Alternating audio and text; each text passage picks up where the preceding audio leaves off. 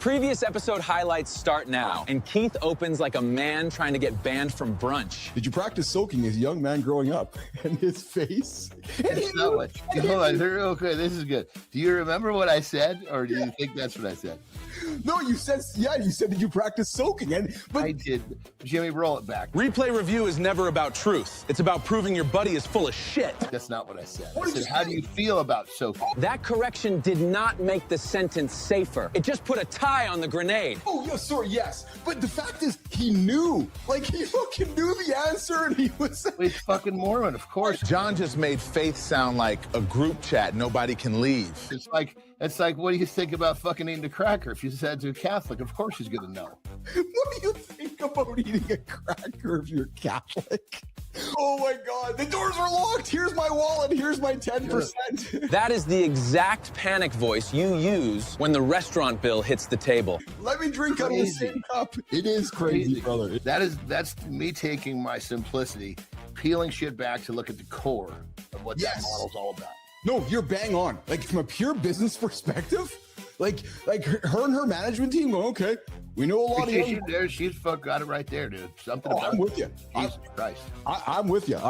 There's some mental bitch in a very loving way. That is how people apologize right before making everything worse. There's some mental theater there for both of us. Fucking magic. The shit that I did before they got removed. Yeah. You think I was, I mean, you can go on there and you can stuff a fucking baseball bat in your pussy, but you can't fucking talk about. The app heard medical advice and panicked, then gave a parade permit to absolute filth. I know, right? Unbelievable. Right? It is actually quite unbelievable in this world, right? It's like, talking about fucking peptides, I get my shit shut down, but then the fucking one door over, somebody's fucking taking a Coke can up their ass. It's so fucking true, man. It's so dumb. I love it when our fucking gay brothers switch accents. I know, me too. But, hey, okay, if you move, you're going to be more energetic. They spent money on 300,000 people, John. Well, yeah, it's kind of, most people think they don't have the energy to move. When in actuality, if you moved a little bit, you would have the energy. This is the truth every tired adult hates, because it starts with standing up. It's like a... I try when I bring clients on and they talk about stuff like this, because it's very general, uneducated perception. No, hold on. No, sorry, I got to go with you here. Somebody fucking is. How do you not understand that if you move, you're gonna have more energy? You've never fucking done it before. Nah, that's fucking lazy. Keith asked for science, got science, then immediately chose violence with gym shoes on. But that's no shit. That's what we're talking about here. Fuck, man. What the fuck is wrong with you? Of course we're talking about lazy. We're not titling these people. We're talking about why you said, can you believe this? And I'm trying to explain to you why you should believe this. It's so obvious. If you go outside, you're going to get wet. If you get up and get moving, a lot of people don't. But you understand is that, and I agree with you. Listen, dude, I know. Ask the question. I'm just trying to fucking answer it for you. Don't fucking attack the messenger. Jesus Christ. That is marriage, work, and every group chat. Ask a question, then fight the answer. The general consensus thinks that they need more energy to move. Oh man, it's so bizarre. Versus if you actually, might be Marco Rubio. Watch this lane change. Health talk just merged into politics without using a signal. Who is that? Secretary of State, and probably your 2028 candidate. And I think once we see this, it's kind of one of those, oh yeah, there's our future president. And again, I'm not trying to put anybody. It's a really powerful leadership statement. And because you're an American, I think you might even appreciate it. But Jimmy, let's start with the notes. It's pretty good. Thanks for pointing it out for us, Logan. Yes, but you know what? If you think about this, brother, it might date me. It might date me a bit. I'm sorry, man. No, you're not looking deep enough. You're being a kid. Like, you gotta tell people. No, hold on. I'm defending here, Logan. This because he's not looking deep enough. Because what he finished with was .co. He was getting your attention in the beginning because he needed you to pay attention later. Yep. I saw that too. Yep. See, it's a little nutty fucker's the only one who doesn't get these tactics. John found a campaign tactic and delivered it like he was breaking up a parking lot fight. It's the small details that get you killed, man. So you gotta make sure, and you gotta dumb it down to the lowest possible level. That's it. But see, just so you understand, Logan, Keith was the kid that nobody would play with at school. Yeah, And so he feels like now he's getting attention, and this is why these little moments is why we would all not play with him at school. That is friendship. They hug you, then use your childhood pain as seasoning. Yeah, Anderson's right a little bit. So I had to create my own show, and then I had to get friends to come on the show with me, so I could actually have friends now. So I convinced Petro a few months ago. Jon showed up at my show a couple years ago. I've convinced him he won't leave now. So now you can hear me kind of leaning into you and have some big dick size. Jimmy put the clip on here, man. You can actually sign up for Tommy Lee's drumming camp and lean into some nostalgia and be a drummer. Check this out. Like, this guy is like, Tommy Lee's not 20. Like, Tommy Lee's like chasing 60, 70 or something. How did dick size come into this? That is the question every office meeting secretly fears. Apparently, Tommy Yeah. Is that a core component of the camp? Yeah. Like, that day one, you gotta set the measurements. Apparently, Tommy Lee had a big dick here, so that was apparently because that was back. Jesus Christ, I love it. I knew that's what he was gonna say. You fucking weirdo. He's been watching too many of the fucking sex tapes, looking at cocks. Gentlemen, Petro, Johnny, we're gonna walk out our guests here. Well, my first thought is the gay brothers are looking at that, going, "I hope to Christ that bottom one's a man." Yeah, suburban romance.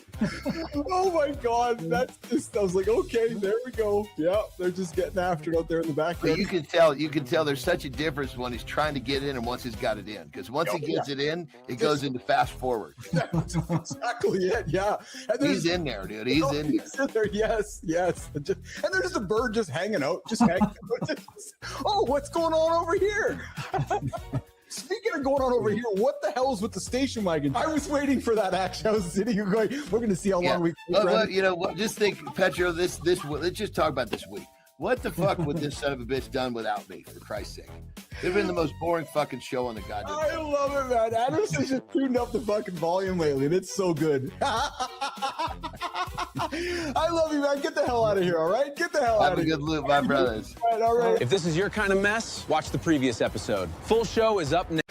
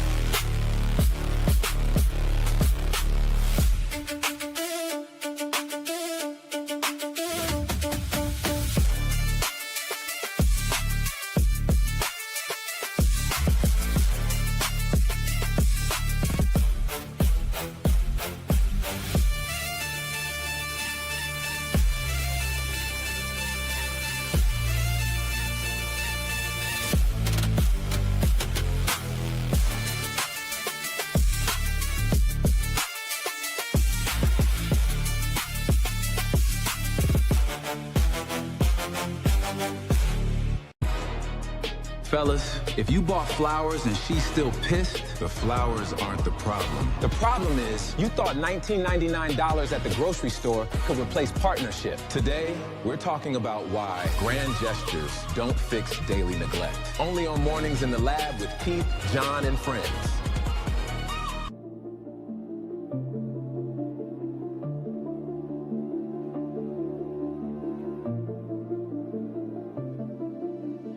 Good morning and welcome back to Mornings in the Lab with Keith, Jon, and friends. Your live morning show for real talk, motivating content, and big conversations. Come hit the like, come hit the subscribe, and come jump into the comments. Come check into the show. Come say hello. Mornings.live over on the Mornings in the Lab Live Network. Get up, build a streak, and show us your proof that you are up.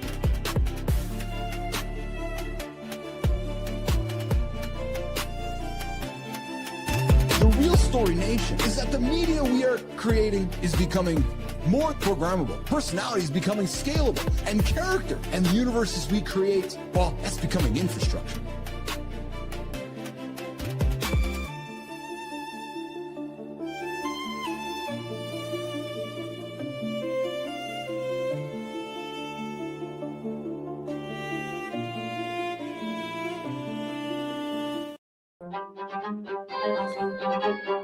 I got to get that final sip. Hey, good morning. A lot of men, well, you think that being loving because they show up once in a while. Yeah, but the marriage doesn't run on the once in a while thing. It runs on Tuesday. It runs on Friday. It runs on every single tired morning. And it even runs on remembering without being reminded. So yes, we're going to talk about romance today, but not the Hallmark version. No, that's for tomorrow's show with Brianna Bass. Today, we're going to talk about the kind of partnership that makes you feel like she has a teammate and another department to manage. No, baby.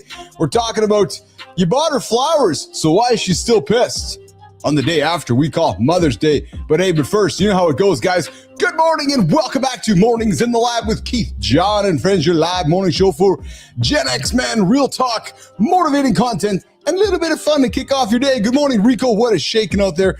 Just a reminder, everybody, this is an X-rated experience. Yes, we are X-rated. We drop F-bombs, S-bombs, and every occasional B-bomb out there as well. And sometimes we talk about, well, often we talk about things that offend people. Yes. So if you're offended, you're welcome to the show. If you're not offended, come on back.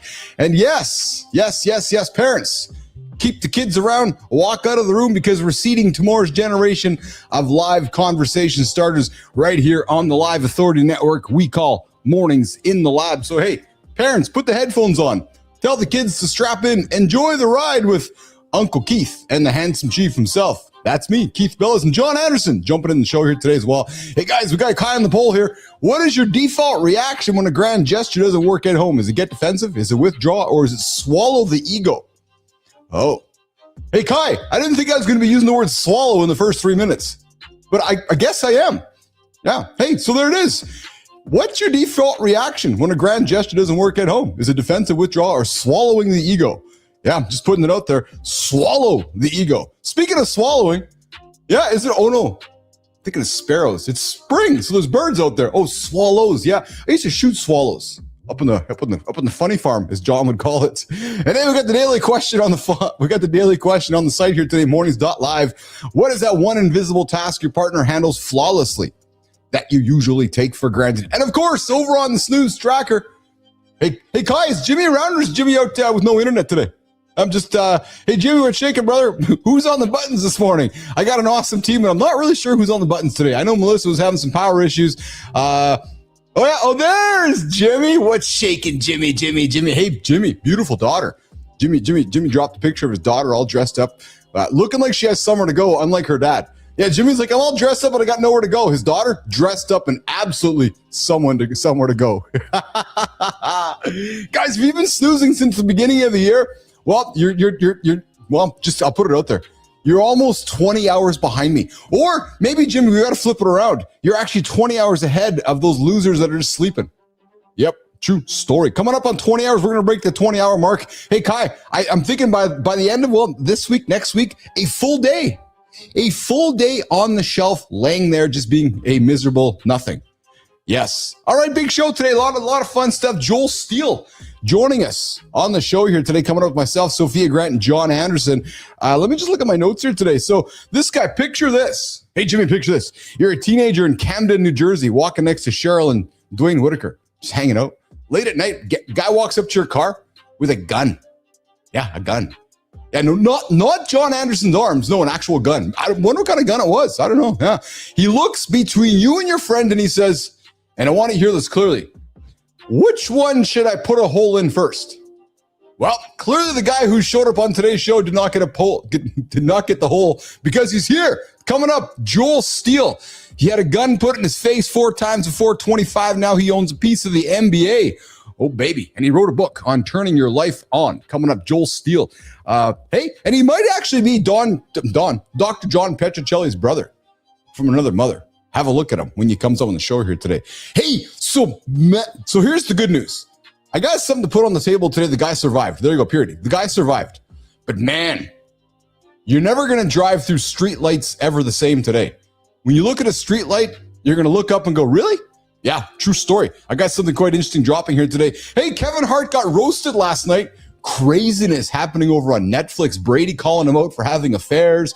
Other dude calling him crazy shit. That's pretty funny. And yes. Jimmy, you're right, man. Joel Steele's a best-selling author. Fuck, sucks to be that. I wonder how many books he bought himself. Oh, don't tell him I said that out loud. Don't tell him I said it out loud, Jimmy. Don't, because fuck, he's going to go back and he's going to say, that Billis guy's accusing me of buying books. Yeah, I did actually. Because I think every author, Jimmy, here's what I think. No, nobody wants to talk about this. This is why I get paid the big bucks. Every author out there who writes their book, they're like, okay, well, fuck, man. I got to go buy a bunch of books. Yeah, you do. True story. Yeah. Big warehouse, big garage full of books and boxes. Hey, Joe. Yeah, what's in the boxes? Oh, nothing. No, what's in the boxes, Joe? Oh, nothing. Uncle Keith walks over, he looks in the box. Oh, it's all your books. Yeah, they're all my books. I'm an Amazon bestseller. Boom, boom, boom, boom. Hey, Thor's lifting. Good morning, everybody. I see you guys stumbling across the channel this morning and hanging out with me. Who's me? I'm the Handsome Chief. This is the live morning show we call Mornings in the Lab with Keith, John, and friends. We get after live every single day here. 8 o'clock, come on to our show, mornings.live, a morning show for Gen X. That's you, that's me. It's for the generation we call X. Yes. Thor. We got some stuff from Thor on the table today. We got some Kevin Hart roasting here today. And hey, next time you walk up to a dude with a necktie on your face, I'm sorry. Next time you walk up to some dude with a necktie on, you might want to watch what you're saying. Yeah, I got a fun epic spot. And of course, we got the Sullivan himself. Yep, we got the Sullivan himself right there. Mike Sullivan in the community showing up this morning. Good morning, Mike Sullivan. What is shaking, brother? Yes. What's that, Kai? With a what now? Yeah, with a what now? I'm not sure what she's asking, but with a what now sounds good to me. All right, well, listen. Sterling, Preston, Kai, Jimmy.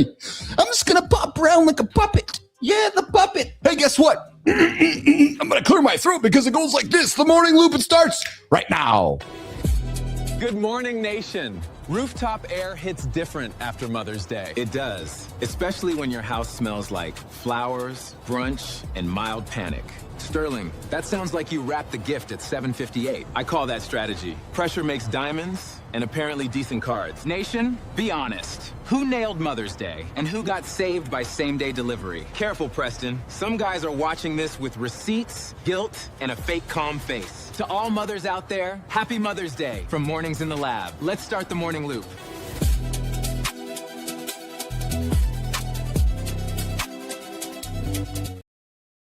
What is shaking Holroyd? Adam Holroyd, the OG himself, hanging out with us this morning in the Mornings in the Lab community over at mornings.live. Adam, Sullivan, Rico, Maddie, Jess, the entire crew show up every single day here. And, of course, Charlie himself, the other OG good time, right here on mornings.live, 8 o'clock on the Mornings in the Lab Live Authority Network. Hey, guys, we got a brand new show dropping. I'm expecting later this week, perhaps even next week, the House of Bricks. Adam House is bringing his show to our network. Thank you, Mr. House. That is awesome, man. So we got What the Truck dropping on Wednesday. We got House of Bricks dropping as well in our network. We are growing. And today I got a meeting with a doctor. Yes, a doctor who wants to bring and start a live conversational experience on the Mornings in the Lab network, the Live Authority network that we drop Monday through Friday, 8 o'clock. The network opens at 7:30 with our boy, our very own Matthew Roof. Yes, Roofy gets after at 7:30 with a little bit of kindness. If you haven't tuned into Roofy's show, you got it, man. It's casual, it's fun, it's a great way to start today. He's got some good tunes. He drops current events, conversations happening in the world, and he'll put something on the table to make you think about. So I invite you to check it out. Matt Roof, 7:30, Kindness Rising, live conversation to get you, helping you start your day. All right, guys.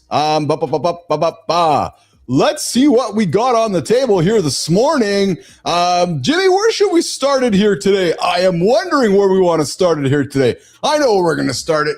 While we're waiting for Anderson, he said he might be a couple minutes late this morning. I think we're going to start with the Kevin Hart roast. Jimmy. Hey, Sterling Preston.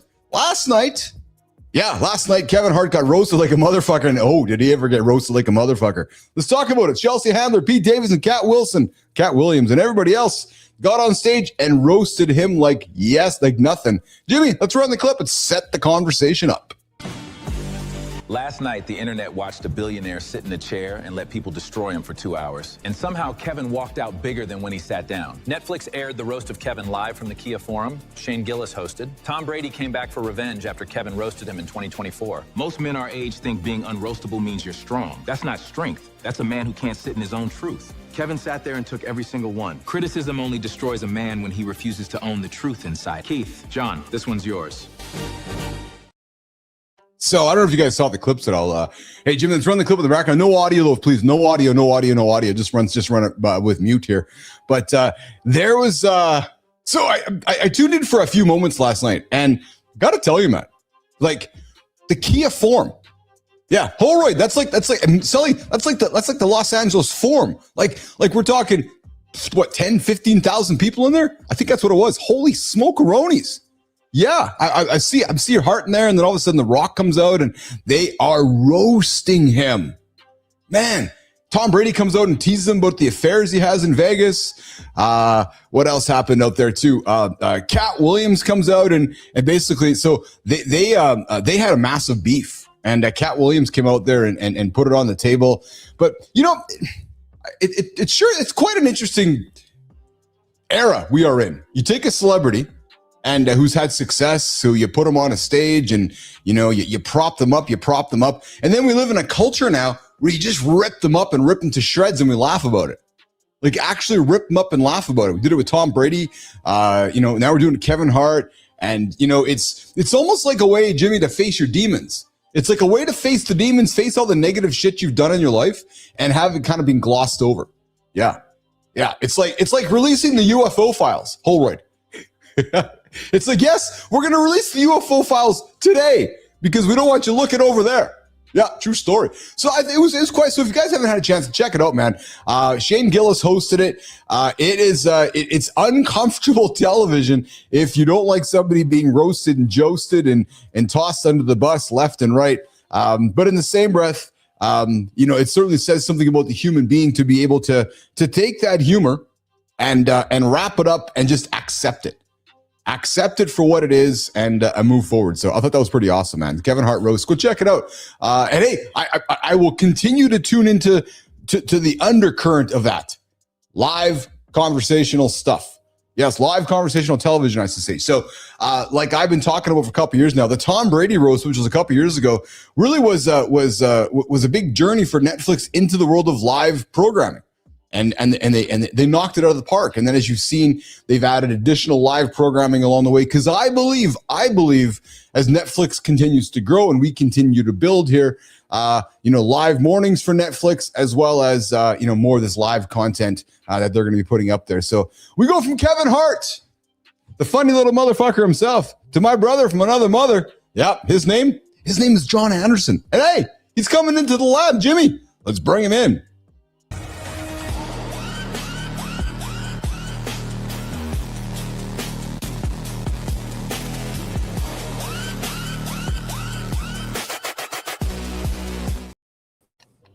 Brother, that was sick. That is fucking sick. Yes, that is sick, dude. I'll even take that fucking goofy driving outfit. If I got to put that fucking goofy thing to drive the car, I'll take it. That's cool. If I could just call you Doughboy, that'll work with that too. Jimmy, look at those wheels, Johnny. Those wheels itself, man, are pretty stellar, dude. Those are fucking awesome. Isn't that? Jimmy can answer this, but I think aren't they fucking re-releasing that car? Well, that's what. So. Jim, what that's I think that because I saw something showing something really fucking similar that had the classic colors, the red with the two black stripes. Yeah. Yes, saying we're re-releasing this, and those fucking things were badass in the day, but then they're fucking tweaked, like 700 horsepower motor. Yes, that was a 1970 Chevy Chevelle, the Doughboy. That's what that one was. Now they are re-releasing the Camaro, the Chevy Camaro, Johnny. They already did that. No, so I'm sorry. I thought there was another one coming out. I'm serious. No, did I not see that? No, you're correct. Camaro's already out. I think they're re-releasing the Chevelle. Chevelle. Oh, I see. Very cool, man. That was a Chevelle right there, I believe. Right? Yeah, 100%. Yeah, exactly. Yeah. Yeah. I saw the, because I dig looking at cars. So on my feed, I'll like shit with cool cars, you know? Yes, and absolutely. The thing fucking dropped across. I'm like, what the fuck is that? Good morning, Brian. Good morning, my dad. My dad and I were having coffee, having a chat yesterday on Mother's Day. He's like, Johnny sure loves to give you gears on the show. I go, oh yes. And then we had some laughter, and I said, you know, Dad, what's funny, man, is that you know, I put these glasses on. I get in the studio. I'm sure John gets in the studio, and all of a sudden, there's these two characters come to life. I said, Brian, Dad, if you heard us talk out of show, you'd be like, yeah. If everybody else heard us talk out of show, I'm just going to listen to these boring fucks. That's it. That's what I said. I said, if you heard us talk normally, you'd be like, fuck, you guys are pretty boring. Yeah, true story. Yeah, I mean, we have a lot of fun talking, but I don't think everybody else would think what we're talking about is so interesting. It's just like what was it? Stern had the little fucking guy that wouldn't say much, and he had the black chick, you know. Yes, Robin Quivers. Yeah. They all had their own little character, you know. 100%. Yeah, exactly. Dude, how are you, man? How was your last 48 hours away from me? What'd you guys do? What was happening? I know you were moving maybe a couple minutes different this morning. Hey, I've fucking the shits, man. I don't know what the deal is. Fuck. I figured that was last 2 fucking nights. I had to get up in the middle of the night and shit. That's the worst. Dude, middle of the night, eh? Yeah, that fucking blows. 2 nights ago. Last night was once. The night before was like 3 times. Like, fuck, are you kidding me, dude? Oh my! I get up to pee anyway, so it's not. But it's just the fact that, see, this is where the bidet comes into play. Well, yes, clean the ass, dude. Because you can be half asleep. You can sit down, let it out, cleans it out, go back to sleep. Yeah, as we had Ben came over. He was over this weekend, so yeah. And his wife. And so, you know, Terry just goes a little bit outside, like she cooked these fucking we're at the lake, we barbecued lunch, and she cooked these, like, they're fucking tasty, they're all good, wholesome shit, but just my stomach wasn't used to these fucking sausages that she cooked. Oh, brother. So I gotta tell you, so thank you for sharing that. Go to my brother's for Mother's Day brunch yesterday morning, and I, like you, I eat a certain way. I eat same foods all the time. I go to love my brother, love my family, but it was Mother's Day. So I head on over there and they made brunch, and it's a brunch I normally wouldn't eat. And what I mean by that is maybe a little more heavier on the carbohydrates, maybe a little more heavier on like the brunchy kind of stuff. You know what I'm saying? Right. Mm-hmm. So I had I had a pancake and I had some like sugary stuff. True story.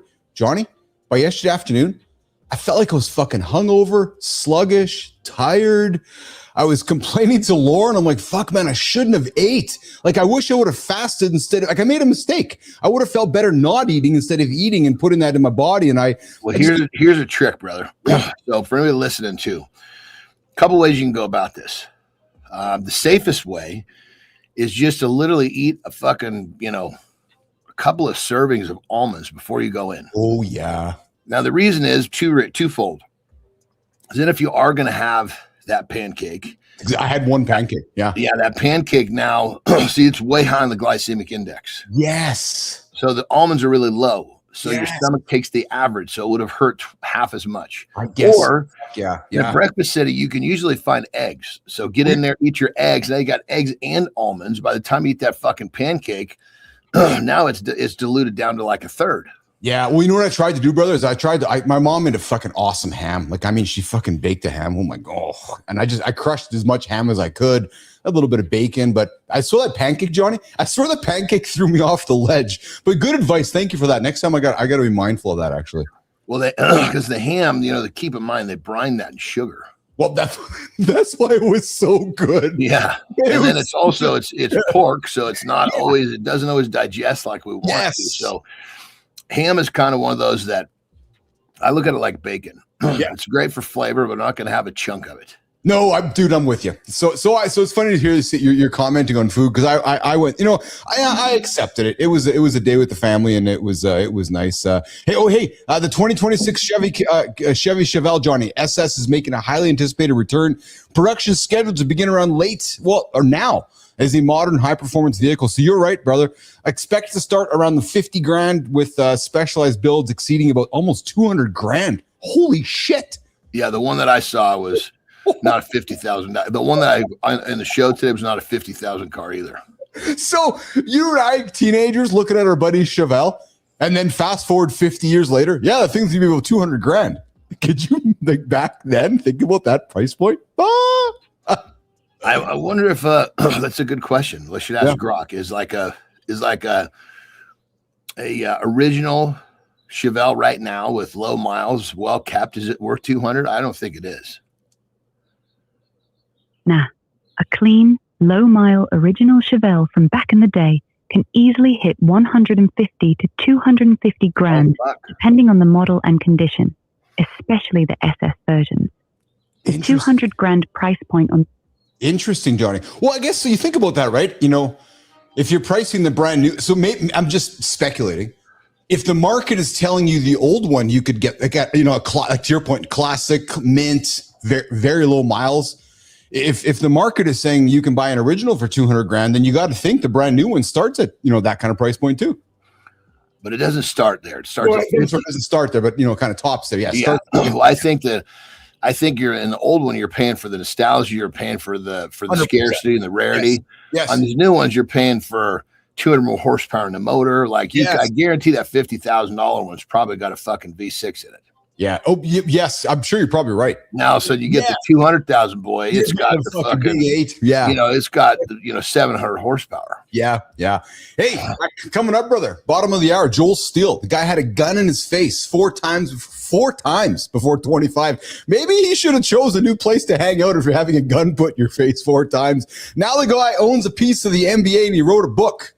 We've got a guy joining us in the bottom of the hour, Joel Steele. Hey, Johnny. So first of all, this is pretty crazy. I've never seen this before. You are going to look at light standards differently your entire life moving forward after what I show you. You say light standards? A light standard. Yeah. Good news is the person that I'm going to show you lived. Jimmy, that's run this clip, man. This happened in Vancouver over the weekend. This is crazy, man. Jimmy, let's run this clip of the motorcycle, this motorcycle crash that happened. Watch this, man. So watch slowly. So we're going to rerun it here. Watch. Boom. How did he fucking come off the bike before the... So watch close. So the motorcycle's hanging off the light standard, Johnny. Oh, motherfucker. The guy lived. I want to put that. The guy lived. So that's the good news. That's why I was okay showing it. Can we do that again now that we know what's happening? We're going to do it a few times, actually, Jimmy. So you run from the beginning there, Jim. You'll see it. You'll see the crash happening in real time here. So Jim, right back to the beginning, if you don't mind. So here, go watch this. And then he slides across the ground and the bike goes up. Fucking just twirls up in the air and catches that post. It's crazy, eh? And then, but John, he goes, what I found fascinating, Jimmy's running back to the beginning again. Like he goes straight down. Like he doesn't get jetted in the air. He goes right across the ground. Watch him. Like he's going across the ground. Well, figure, see the bike hit. He's actually fucking on it hard enough where he's in an endo coming into the car. See the right there. Oh yeah. Oh, he's already stopping. Yeah, he tried to stop, and it looks like it's hard to see him fucking fast forward. But either way, the impact just sailed him straight, but then it hit the bike and sent it up because the bike was low. I never saw that. You're right, man. He was doing an endo. No, Petro, he's actually on the ground. Petro, that's actually just the bike up there. But Jimmy, run that again. You're right, John. I didn't say he was stopping before. Yeah, look at the car. You can see that it hit the car. There, he was endoing as he came in. Oh, he got tossed off before it even. No. Oh, he might have. Let's see. I think he got tossed before he hit it. Like what? Right? Oh yeah. So look, he's already off. No, because the bike's twirling in the air. You see, it's hard to see. You see 2 bikes now. Yeah. You're right, Jim. Yeah. I'm sorry, right, John? Yes. Yeah. So check this out. See where it hits the car? Yeah. It's the tire of the bike doesn't hit the car. It's up where the light is. So that's why it just hits and boom up. He went straight across. Whoa, craziness. That happened in Vancouver. Lucky that car was turning because look, he slid across the hood. He didn't hit. Doesn't look like he hit that fucking window, which is then curving up, which would have given him more impact.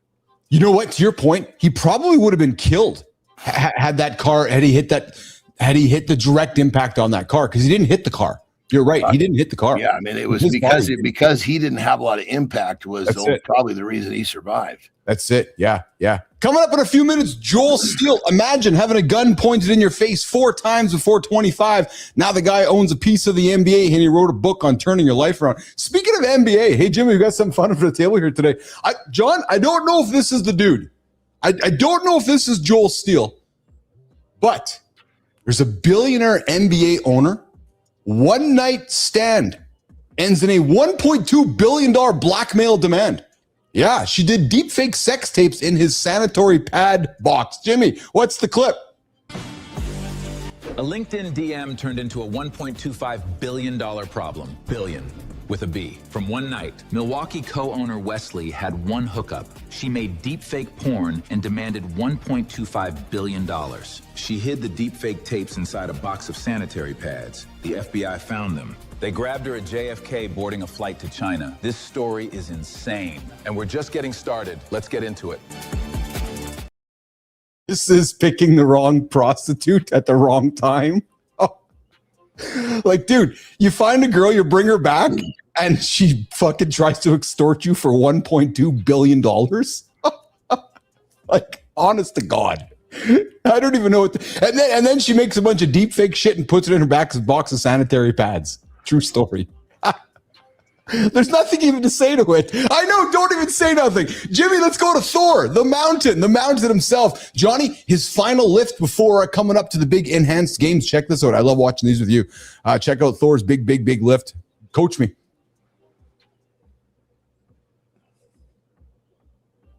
Easy. Fuck, there's not a lot to coach there, dude. I know, right? Just easy, eh? Just makes it fucking look so easy. Honest to God. Yeah, I mean, what he's doing is he's getting this. That was probably his opener. Oh, okay. Yeah. He wants to know, or it wasn't a terribly heavy lift, as you can see, because he's keeping the body in check. But there's so much recovery that goes on. Yeah, like people tend to not realize how much recovery it takes. There's a lot of different viewpoints on it. Tell me. But you would not, generally speaking, someone that's going to deadlift heavy in a competition won't touch a deadlift workout. Might do a lift like this, just a workout for fucking 2 weeks. Really? Oh, I didn't realize how long it takes a posterior chain to heal. No, so you get guys like, oh yeah, I got this competition coming out this weekend. They're fucking crushing. There's no way they're going to be recovered. No kidding. I guess possibility. Yeah, because if you got to lay it all on the line, your body needs time to recover. Point blank. Period is what you're saying. Look at this. Was explained to me by a coach like this. Say, look, here's the middle line. Yeah. Right, this is just recovered right here in the middle, and you're going to choose to show up slightly not recovered or slightly over recovered. You're never going to hit that line. Which one do you want to pick? Which one? What do you? Which side of the fence do you want to? And there's a lot of variables that can keep you on the wrong side. So you play it safe. Being recovered for 4 extra days, nothing's wrong with that. No kidding. Yeah, you'd rather have needing 4 days to go. Huge problem with that. Yeah, that makes complete sense. 100%. Jon Anderson breaking it down this morning with myself on Mornings in the Lab with Keith, John, and Fringe, your live authority network, Monday through Friday, 8 o'clock Eastern time right here. Of course, it gets kicked off with Matt Roof, 7:30. Johnny Adam House is bringing a show to our network. House of Bricks is launching here in the next couple of weeks. We welcomed Adam to the network on Friday, so we're excited about that one. And I got a conversation happening with a doctor today that's interested in bringing their live conversational show to our network as well. But before we do that, before we bring in Joel Steele, so I want to have a couple minute conversation with you about this one, because we grew up in this era, and Hugh Hefner, dude, that guy was a baller. Like, and it is what it is. But the lifestyle that Hefner had, and now he's dead, and the girls are talking about it. Holly Madison, one of his girlfriends at the time, was quoted on the weekend. Well, Jimmy, let's run the clip. I want to have a little chat with Johnny about it. The most famous address in male fantasy just got reviewed by the woman who lived inside it. She called it a nightmare. Madison was Hefner's #1 girlfriend for 7 years. She says nobody liked the group sex. Everyone wanted it over. That's not celebrity gossip. That's a whole generation learning the fantasy they chased was miserable for everyone inside it. So apparently, I guess group sex is a normal thing in that world back when that Playboy Mansion was rocking, right? Huge screens playing porn, women taking turns, and the dude just accepted it all. And it's funny how society just turned a blind eye to that, eh? You know what I mean? Like nobody really I don't know if anybody was judging or commenting, but everybody just knew Hugh walked around in a robe and just had sex with women nonstop. Well, I mean, you figure you've got thousands and thousands of women that are trying to catch your attention to get in that magazine. I'm being silent and pausing because you're so right. That's exactly what it was back then, wasn't it? Like actually, well, I mean, fuck, that's exactly what it is for any scenario where a female's trying to get to the next level and based on the way that leveraging the way she looks. Johnny, original OnlyFans, maybe. It's what you're saying is original. Like we joke about OnlyFans here all the time. Like we really do. Like we don't. It was OnlyFans is for people to watch. This was not for people to watch. This was for his entertainment. Yes. Yeah, no, but what I mean though is that, to your point, and really well said, women aspired to be a part of that magazine. Or I knew a girl who was in the magazine. I dated her for a few weeks up here in Winnipeg. But you're right, aspired to be in that magazine so men can fantasize. But, they weren't making the kind of cake the OnlyFans girls were. But that was a generational thing like OnlyFans is today. I never thought about it to your point. There was a lot of women aspiring to be in that magazine. I never thought about it the way you just put that out there. So true. That's the entertainment world, brother. Yes. Yeah. Yeah. Yeah. And I guarantee, this lady who's speaking out. Yeah. There's no way that she represents everyone in those. No, rooms. Not at all. No. Well, that's maybe what she was done with. She probably just figure like this. If you feel like you're one of the main ones. Yes. Of course you want these other bitches out of the way. But now, if you're one of the new ones, get the old bitch out of the way. Yeah, well, that's exactly it. So was it really everybody wanted? No, everybody just wanted what they want. Well, and here's the other thing too. I'll call it like it is, man. We live in an attention obsessed world now, and you got to try to get somebody's attention. So perhaps somebody's selling a book, perhaps somebody's trying to have a conversation, but the guy's been dead for a while. Let's just bring up that stuff and talk about it again so we can generate some attention, just like we are doing right now. All right, coming up right now, Sophia Grant, Keith Bellis, John Anderson. Johnny, we got a guy joining us. Camden, New Jersey, late at night, man walks up, pulls a gun, and he says, which one should I put a hole in first? Sophia, let's set it up. Joel Steele this morning on Mornings in the Lab with Keith, John, and friends. The dangerous place isn't always rock bottom. Sometimes it's the life you keep calling okay. You can function there for years. Bills paid, messages answered, smile ready. But something in you knows the lights are half off. Joel calls that split living on or living off. He wrote Life Switch for people who know the difference. But Joel didn't learn that language from a stage. He learned it when life kept showing him the edge. Before 18, a cop walked him toward a jail cell and asked which one he wanted. Before 25, guns were pointed at him multiple times in the Camden of that era. One night, a man leaned into the car and asked, which one should I put a hole in first? Joel tried to build a different life. Straight out of college, he opened Thinker's Grill in Philadelphia. It looked like momentum. 3 locations, a 4th lease, major attention. Underneath it all, Joel had 0 restaurant experience. Then Thinker's Grill started telling the truth. Raw sewage came up through the floor drains during service 3 times. Soon after, he was buried in debt that would be roughly $800,000 today. Then came the couch, not planning, not pivoting, just staring straight ahead, waiting for God to take him. The first flicker back was simple: working out, belief from his future wife, Cara, and a childhood vision he refused to bury. So when Joel talks about living on, it isn't a catchphrase. It's the opposite of where he almost stayed. Joel, welcome to the lab. We're happy to have you here.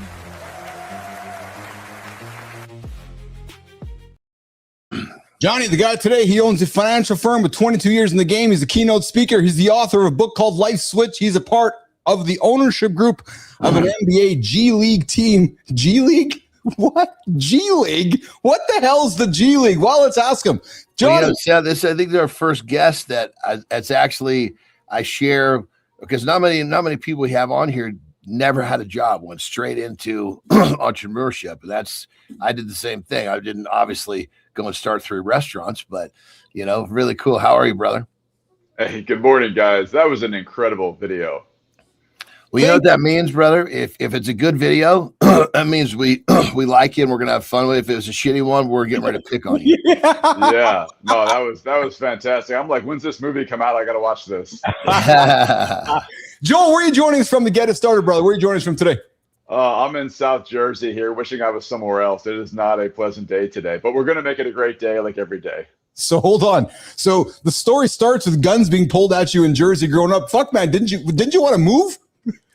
Smarter people have moved out of state. Yes. Yes.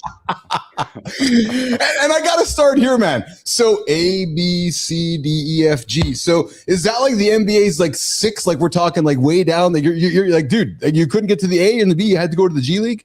Yeah, we ended up in the G League, but it worked out well because ultimately I've got more championship rings than Karl Malone and Charles Barkley combined. Nice. There we go. There we go. That's awesome. So Joel, let's get it started, man. I want to go back to the originating story. Late night Jersey, guy walks up to you, puts a gun in your face.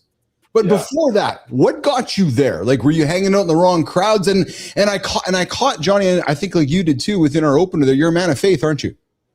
Not really. Actually, I'm not. I believe in God, and I believe in a higher power and things like that. But at the time, I believed in being an idiot because that's what I was doing. I was completely. Did you not believe at those times? Did you not believe, or you just hadn't developed? Well, I hadn't developed really, and I hadn't really stopped and thought about it, right? Because if you have an understanding of where you're at, where you're going, you kind of think ahead a couple steps. You can sometimes see the obvious, and I wasn't doing this. I also wish I thought ahead and read the studies every year that Camden was one of the worst cities in the entire country, and I should stop going there in the middle of the night. That would have been a good idea as well. So take us back though, Joel, moving up to the moment where the gun. Like, were you hanging out with the wrong dudes? Were you in the wrong crowds? Like, clearly there was a situation in your life. Pussy, something led you there. Yeah, like something put you there where dudes are walking around with guns and pulling them on you. Well, so, this is why I have a special place in my heart for people that are in jail or trying to get by, because I was this kid who was lost. I was making mistakes. I was wanting to fit in, following the wrong crowd and totally letting them take me down to the bottom of the earth with them. And now where I'm at, I look back, I'm like, man, my life was so close to being a disaster. And how many other people have experienced that or even are experiencing it right now? So I followed these kids. Hey, we want to go pick up something in Camden. Obviously, it was going to be drugs, at that time of day in that area. Yeah. And so we're just sitting in the car, happy to be part of the clique, happy to be with these guys.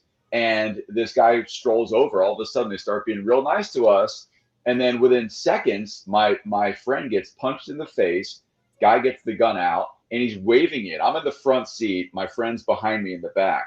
And he's waving the gun and just so totally deadpan says, which one should I put a hole in first? And I really thought it was going to be it because I'm sitting in the car behind the wheel. I can't jump up and knock the gun out. I mean, we were just sitting ducks right there. And the crazy thing is someone showed up out of nowhere, someone else's block, who it was, chased this guy off. And apparently the guy ended up dead about a week later. But man, it could have been me in that moment. I mean, seconds to live is what it felt like at the time. Murphy. Yeah. Okay. I mean, that's a wake-up call. No shit. But it wasn't the first one, Johnny. It wasn't the first one, man. So, and sometimes it takes a few calls to wake up. Look at people hitting their fucking snooze buttons. Christ. Yeah. Yeah. So it's funny because you put few in my world is 3. Well, dude, we're talking 4th or 5th time Joel has a gun pointed at him. So Joel, keep telling the story, man. Yeah, well, my math wasn't that good back then, so I used to say a few times. But you're right. Yeah, it's 4 or 5. I blacked out some of these memories when I wrote the book. But yeah, the time that really got me as far as scaring me straight was like you talked about in the story. Yeah, I got caught with some stolen goods. It was over the limit to be a felony, which meant I was probably going to jail. Yeah, the one thing I was smart enough about was being dumb and young, because I wasn't an adult, so they actually couldn't put me in jail when I got caught with a felony amount worth of stolen goods. And the cop said, which jail cell do you want? I didn't know that they were messing with me. I really thought that of the whole world, my options, my choices were cell block A or cell block B. And this was after all these other things that happened, the guns. Now I'm looking at jail. I'm like, I am not ready to be in jail with these people or in jail in general. Really started to appreciate my freedom. And that's when I realized I've got to get away from these people because this is going to get worse. And I'm having a 50% chance of living and having success. And I've gotten lucky, you know, like Russian roulette. I'm like, enough, do not pull the trigger one more time because who knows what's going to happen. And from there, my life went, you know, almost, but it went straight up. And I was able to find myself and find direction and stop living off, start living on. Where was mom and dad back in the time there, Joel? I didn't really have a dad growing up, so he was nowhere. And my mom was there, but she was a single mom, self-employed, building her business. And she would ask me, hey, do you want me to be here? And we, of course, as kids would say, no. No. Go do whatever you want to do, because we would have people over. We'd have parties. You know, it was great. I loved it. But obviously, you know, not the best choices were being made. But it did help me grow up, and it did help me become more resourceful quicker. So even though John mentioned I didn't have a job or anything, I built this restaurant business. I did it because I got good at being resourceful, working hard, seeing a goal, and just figuring out any way to get there. Problem solving. That's one of my number one. You take that away from me, I got nothing. Yep, for sure. Yep. So Joel, continue with that journey with us. So one time happens, second time happens, third time, fourth time, fifth time. Finally, the light went on for you where you were like, fuck it, I need to make a change in my life. Yeah, totally. And the thing that's crazy is when I looked back, I was on track to have this great life success. I had this anything is possible mindset, but I totally put that on the back burner and wasn't focused on me and getting the most out of myself. I just wanted to fit in. I wanted to be a cool kid. And I was so average and below average my whole life with everything. It felt like that if I fit in, it sort of got rid of the pain of feeling like a disappointment in my own life, right? Like I'm watching a movie and the main character dies and it's like disappointing to everybody. And so that distracted me from the misery I was living in of not being able to figure out a way to break out and find success and achievement, because I feel like a kid who had no skills, no talent, had nothing to bring to the table. And that's why I felt lost. So being around these deadbeat friends of mine, I felt bound. I felt distracted from that search of my purpose and why I was here. But after all those guns and almost being in jail and all this bad stuff, I started to have fun with building and growing and achieving, setting that goal and achieving it. And every time I set a goal and accomplished it, it became almost like a natural high, like a drug. Like I love that feeling. Became addicted to productivity. Yeah, and so that's right. You're telling my story without guns. Yes. Yeah. So I loved it. It's the same thing even working out. You know, when you get that progress, your brain, it's like a hit. It's like I want more of this, and I'm gonna do whatever I have to do to get it. So now you're on this super positive, productive path, and that progress eventually turns into momentum where it's kind of like coasting downhill. And that's when I continued to push my limits, and then built the restaurant. And I was on top of this mountain, and then I totally fell off the mountain into the bottom of the ocean. And that was the hardest thing. Even all the other stuff, that was the hardest point in my life. When my restaurant failed, I owed close to $1 million in debt in today's dollars. And I was such a failure. I was multiple F's. I was a failure, a follower. I was a mess, and I didn't know what to do. I had nothing. I was an adult now. I'm 24 years old. I took this biggest swing of my life, and I totally struck out with everybody watching. And that was absolutely devastating and embarrassing. And that's where I didn't know what to do.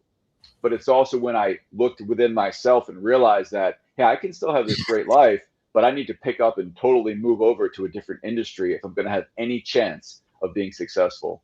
You picked up what you used the word, John. Did you pick up on it? Because I sure did, which men often don't admit, especially on our show. And you use the word, I was a follower. And it's fascinating because clearly you're now a leader in your life. You built a successful life book, and you know, life sounds clearly going quite well for you since all that bullshit back in your 20s. But to recognize that you were a follower, dude, that's kind of that, oh shit, I'm following people down the wrong path. Anderson, not a lot of dudes will admit that, Johnny. Well, I think I know in my circumstance, and I didn't realize I was a follower until I was a leader. Oh, interesting. Oh, you know, that's fascinating. I always thought of myself as a leader, John. So it's fascinating to hear you say that. And you think the weirdest shit. It makes perfect sense. I like tickling the So, but Joel, Joel, where did the light go on for you to recognize that, oh, I'm actually a leader, not a follower? Yeah, I think it was because I had so many things and people I was relying on, and I was using them almost like crutches. I had 16 employees, 16 inner city employees. They all had more experience than me, and I was looking at all of them like I needed them, like they were like my pawns on the chessboard. I need you guys. Yeah. And the reality is, I'm back here being like the king. Like I need you to do this, I need you to do that. And it was like, wait a second, I can go anywhere I want, any space, beat anything, anybody. It was like, forget you guys. Yeah. I can depend on myself, my own two shoulders, and I can find success. And I like to say I chose to be successful. And this is something I stole from other famous people like Eddie Murphy. He said, I chose to become a famous comedian. Yes. When you decide something in your mind, yeah, it's like the universe kind of like moves and shifts, and then it's like the door opens. You just go down that path. Well, you know, and then, brother, I just did a lifestyle tip of this last week. You know, you put 1,000 men on the line. Yes. And you ask them, what do you want? Most of them will choke. They can't fucking tell you what they want. Yes. If you don't know what you want, you don't have the clarity of what you want, you can't make a decision. And if you don't make a decision, you're sitting right where you are your whole fucking life. And it's so simple and not easy, simple, but most people never get to making decisions. They never fucking know what they want. Yes. I got a guy who knows what he wants. Good morning, everybody. Hang out with Keith and John and our guest, Joel Steele, this morning. The guy had a gun pointed in his face 4 times before 25. Now he owns a piece of the NBA G League. We're hanging out with Joel Steele this morning. Johnny, I found a guy this morning with a little more experience with you. I think you're going to love this dude. So I'm imagining this is you in a few years. Jimmy, let's put him up here, man. Mike Birch hitting a 590-pound Anderson. Deadlift, the same barbell this guy's been using for 60 years. Check out this guy's gym and look at this guy. Yeah, that's his little fucking. This is awesome. This is fucking awesome. Like, look at this guy, man. 75, almost 600 pounds, 60-year-old barbell. He's like, I'm getting after it. Like, just like that. Like, if that's not inspiring, I don't know what the fuck is. True story. Yeah. You know? No, I mean, it just shows that if you don't stop doing it, you can carry a lot along with you. Yeah. Joel, do you have non-negotiables? What are your non-negotiables today in 2026? Well, I'll tell you what, that guy has the most flammable weight room I've ever seen. Yeah. One spark in there. That's a big. Don't light any fucking farts on fire in that goddamn room. Most flammable weight room. Yeah. What are your non-negotiables, Joel? Like, what do you do to take care of yourself on a daily basis?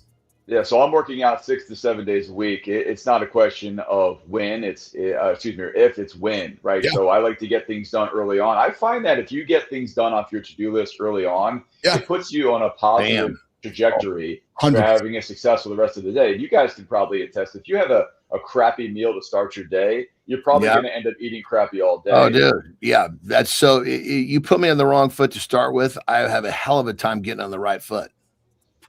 That's right. Yeah. That's right. Yeah. Also, I'll tell you this, doubt. You know, people are their own worst enemies. Every time they listen to these negative thoughts, which we all have, that doubt will eat away and erode their ability to take the keys to the car and turn that sucker on and go. And so they start to doubt and question themselves. I tell people to delete doubt like skipping a song. You hear a song you don't want to hear, everybody skips it. Yet you hear a negative song in your head. Why would you listen to that crap? And so I'm really trying to tell people, you're going to have negative thoughts. Get rid of them. Don't listen to them. All they're going to do is mess you up and slow you down. We get more of what we think about, brother. For sure. So true. Speaking of getting more what we're thinking about, Joel, married? I am. Yeah, your future wife, back in the day, she believed in you completely during the worst version of your life. Buried in debt, Johnny. No business, no plan, barely functional, probably fucking walking around like a fucking dead little Muppet, yet he's no confidence in himself, yet this woman looked at him like he was going to figure it out. Real quick, that place that you just described, you know what that's called? It's called a dangerous fucking man. He's got nothing to lose. Yep. I agree with you 100%. He's just got to realize how dangerous he is. Yeah. The moment he picks his head up and the moment he recognizes somebody's trusting and believing him like his wife, that man, he's fucking set free. Dude, think about those few fucking moments where you get to that point where like, I have nothing to fucking lose. It is so easy to take a fucking deep first step. Because you're not thinking about anything other than this is it.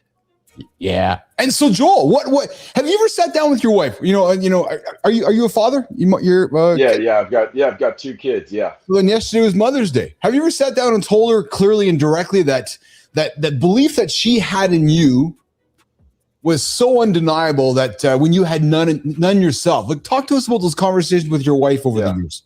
Yeah, I always appreciated her being there, but it was only recently that I realized really what helped become the main catalyst to help me dig out of that. And I'll say something you mentioned about I had nothing to lose. I actually had a little something to lose. I had all this debt, but I had the choice to claim bankruptcy or not. And I had admitted defeat at the time with the failure of the restaurant, but I didn't want to accept it. I feel like claiming bankruptcy was sort of that final nail in the coffin.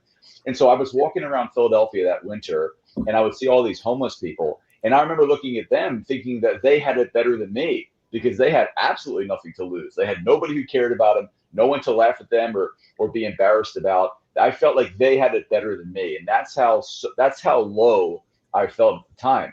But the phenomenon that happened with my wife, who believed in me, was I didn't believe in myself at the time. I thought I was done, dead, washed up at 24. But I saw how much she believed in me, and I didn't want to let her down.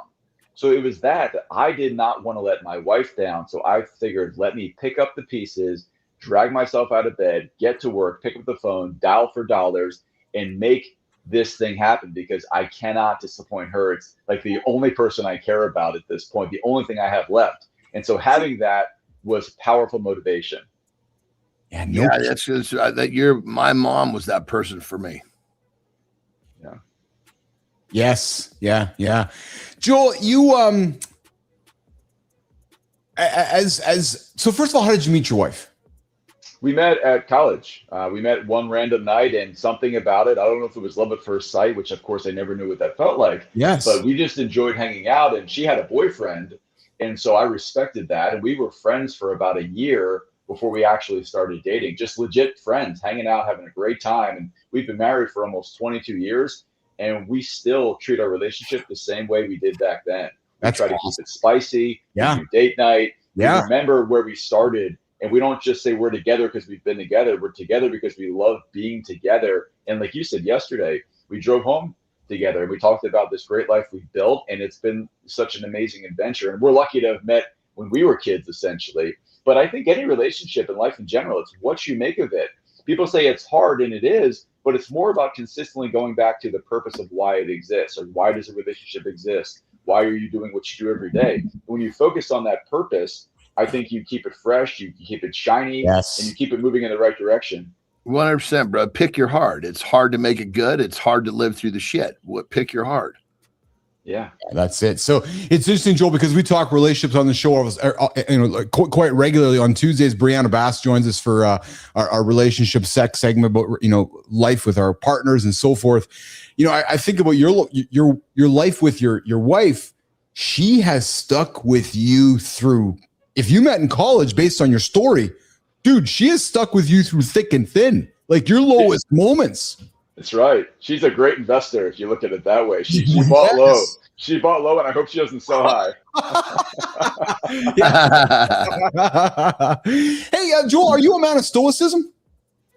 A little bit in my free time. Yes, a little bit. Yeah.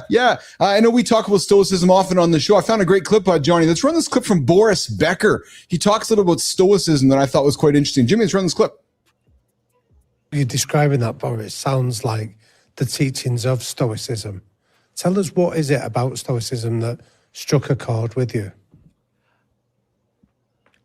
Well, it's first of all, it's not a religion, it's a philosophy. It's very important. It was created by one of the greatest Roman leaders called Marcus Aurelius. At the time, he was probably Trump and Putin combined. He was the main politician in the world with the great Roman Empire. And he had, of course, he had slaves. And his most popular slave was a guy called Epictetus. Now, Marcus Aurelius was always miserable, was always in bad moods. He was not in a balance. And this slave of him, Epictetus, he was always smiling. He was always in good moods. And I said, Epictetus, I'm the most powerful man in the world. I have everything. You have nothing. and you seem to be in better moods than I am. How is that possible? That was the beginning of Stoicism. Meaning, it's very much about living today to its fullest. We certainly can't change the past, and we don't know what in the future. And also, it teaches you that the only thing you can control in your life is not your wife, is not your kids, is not your parents, is not your job. It's your own thoughts. Yes, if you control your own thoughts is all you can control. Johnny, we talk about stoicism all the time.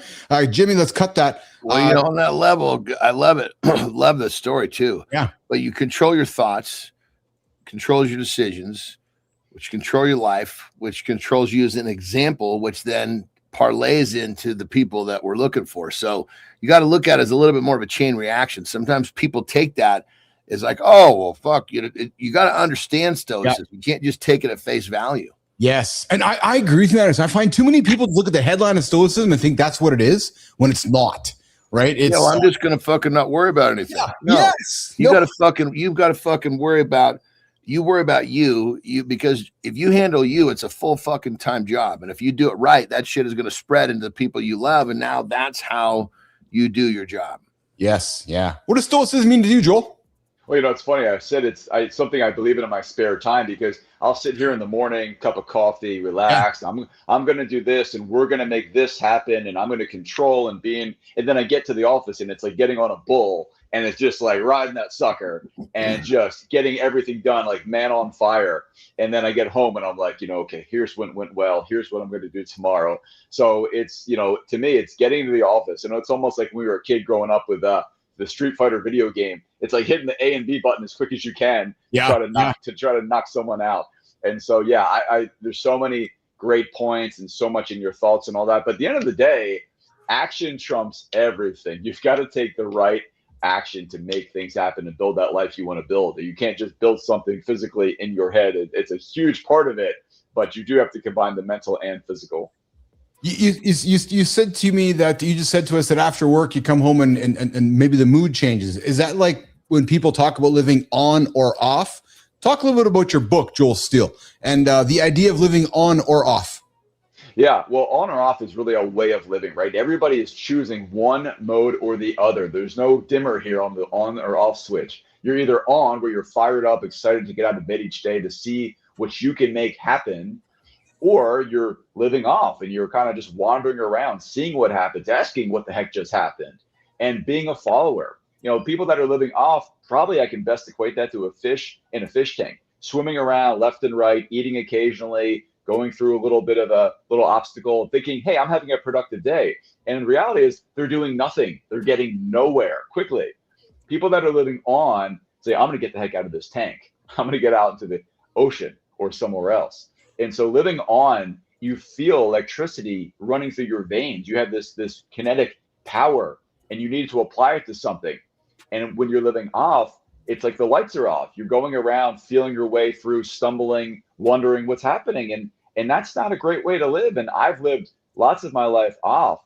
But ever since I've realized that we all have this switch and you can control flipping it on with the right catalyst, it is so much more fun to live this way. And I'm just having the time of my life. All the speaking, things like this, time with family, the basketball team. I'm just having so much fun. I just want to keep seeing what I can do. And I want to have other people realize that they can do these kind of things too and have fun in their life, not just feel like a fish swimming around endlessly.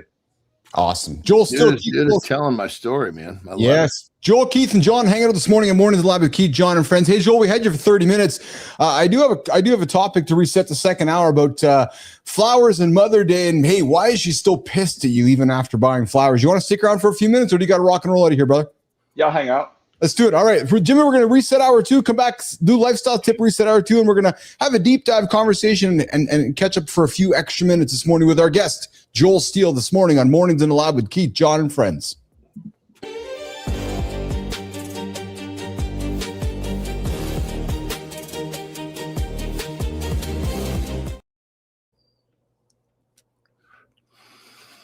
Lifestyle tip. Remember, I'm trying to get you guys thinking. So ask yourself this question. do you use the phrase, I'm going to treat myself? And if you do, are you basically treating yourself with self-sabotaging behavior or decisions? Because that's the way it works for most people. You know, you lose 10 pounds. You think, oh, well, now I'm going to treat myself to a pizza. How does that work? Jesus Christ. It's like, it's like I'm going to work hard to get something done. And then I'm going to make a decision that's going to take some of that away. You save some money, then you go blow it. You know, you make some progress with your physique, and then you make poor food decisions to pull you back. Think about this. We've been bred to do this dumb shit. Here's what you need to be thinking. Celebrate a win with another win, not a fucking loss. Okay, we think of it from a sports standpoint. I won today, so I'm going to go fuck off and lose tomorrow. What? No. I'm going to go win again tomorrow. We'll do that with this whole, I'm going to treat myself. God, I lost 10 pounds. I'm going to treat myself. I'm going to go for a fucking extra walk tomorrow.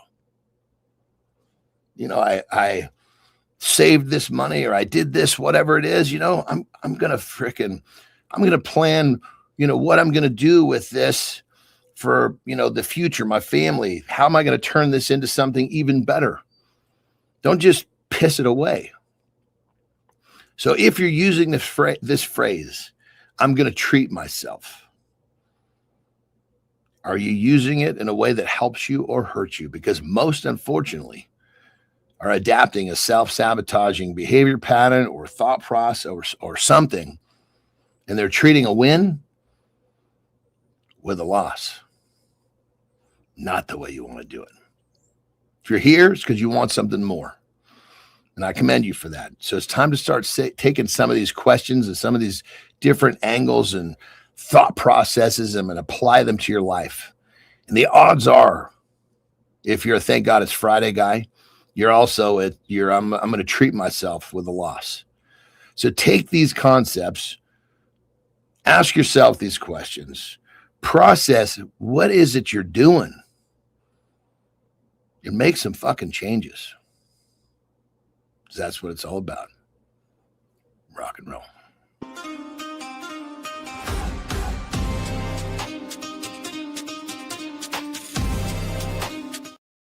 Back to Mornings in the Live with Keith, Jon, and friends. You are listening to the big show for the generation we call X. Great tip from Anderson. Great tip for Anderson. You get them every single day, 9 o'clock. You're looking for something motivating. You're looking for some words to help you get moving. Jon Anderson drops truth Monday through Friday right here on the show we call Mornings in the Lab with Keith, Jon, and friends, where we help men and every single human from the generation we call X start their day with entertaining conversation, momentum, some positive energy. This morning, we're kicking it off with Joel Steele. The guy had a gun. Yeah, a gun. Not once, not twice, a number of times put to his head. And what did he do? He changed his life. We're having that conversation this morning with Joel Steele. And we're going to resume our conversation right now. And it goes like this. You bought your wife some flowers. So why is she still pissed the day after Mother's Day? And that conversation with myself, Jon, and Joel, it starts. Hey, Jimmy. Hey, Jimmy.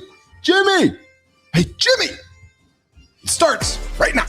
You bought flowers, posted it, hit brunch, then woke up Monday confused she's still icy. That's not romance. That's paperwork. Flowers are 20 minutes. The mental load is appointments, school emails, dinners, birthdays, toothpaste, and your where's my stuff scavenger hunt. If her day off ends with a wrecked house and 40 decisions, you didn't give rest. You gave her tomorrow's problem. And how can I help is code for give me a list so I can feel useful without paying attention. Lead without being managed. Co-CEO means you see it before she says it. Trash out, lunch packed, dentist booked, kid signed up. Quiet confidence is sexy. So Keith and Jon, is I Got Flowers love or just a one-day subscription to being a husband?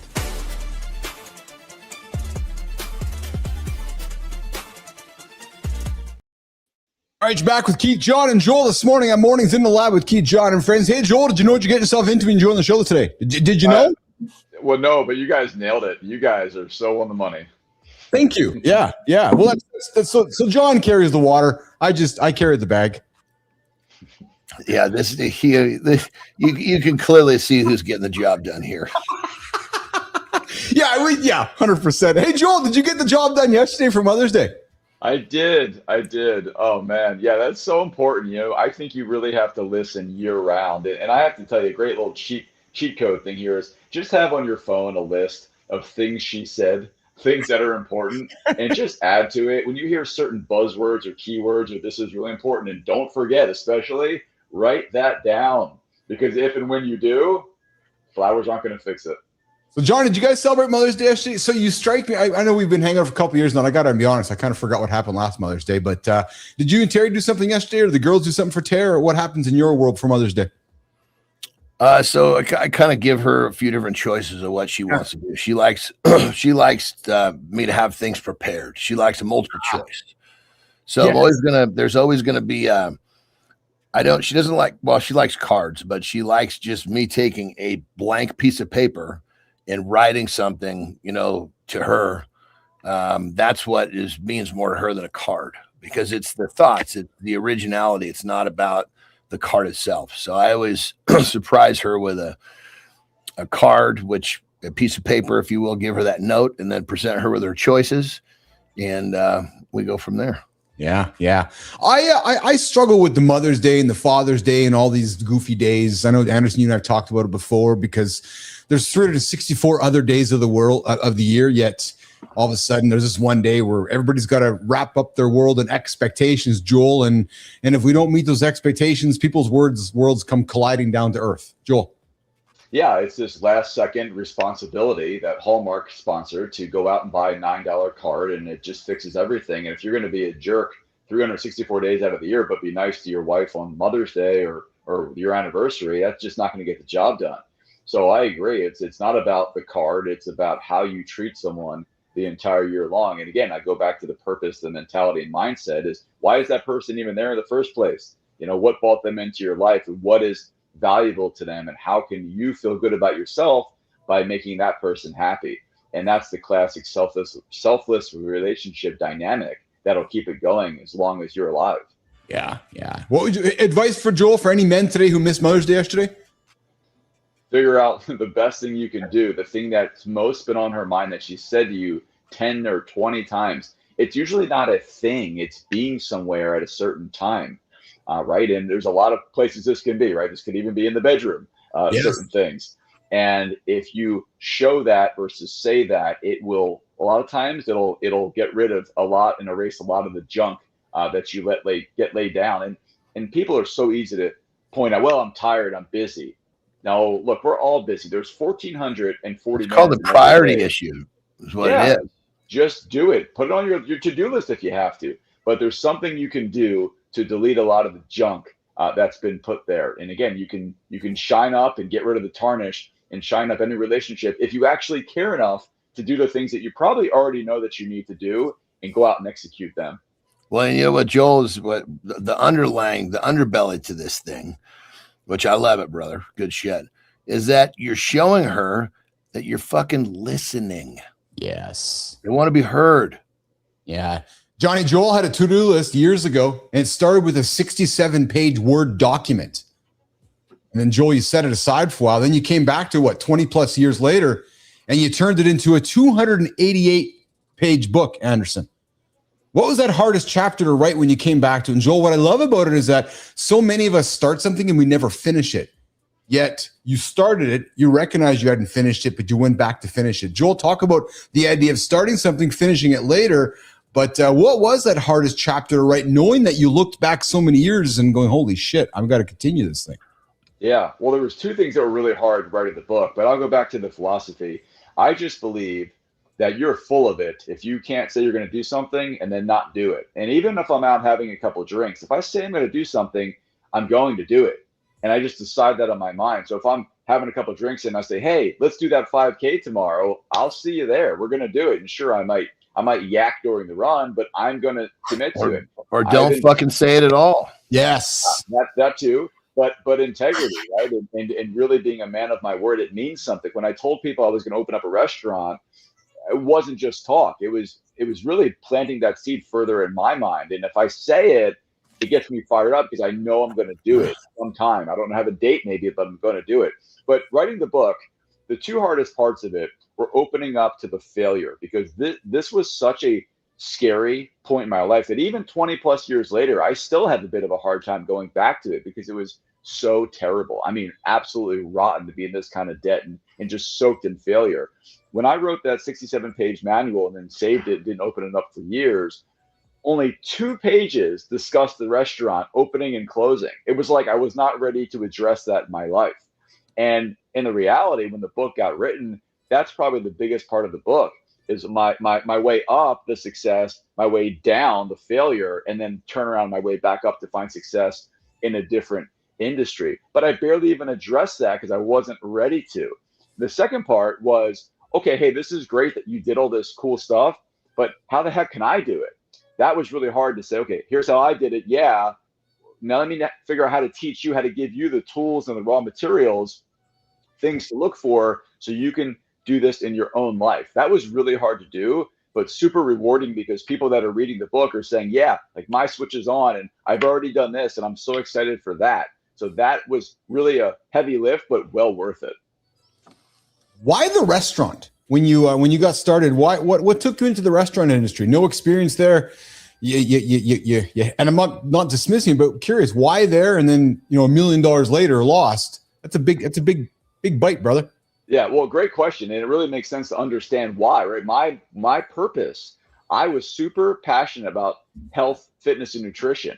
So my purpose was to go up against the titans of the fast food industry, the McDonald's, the Taco Bells.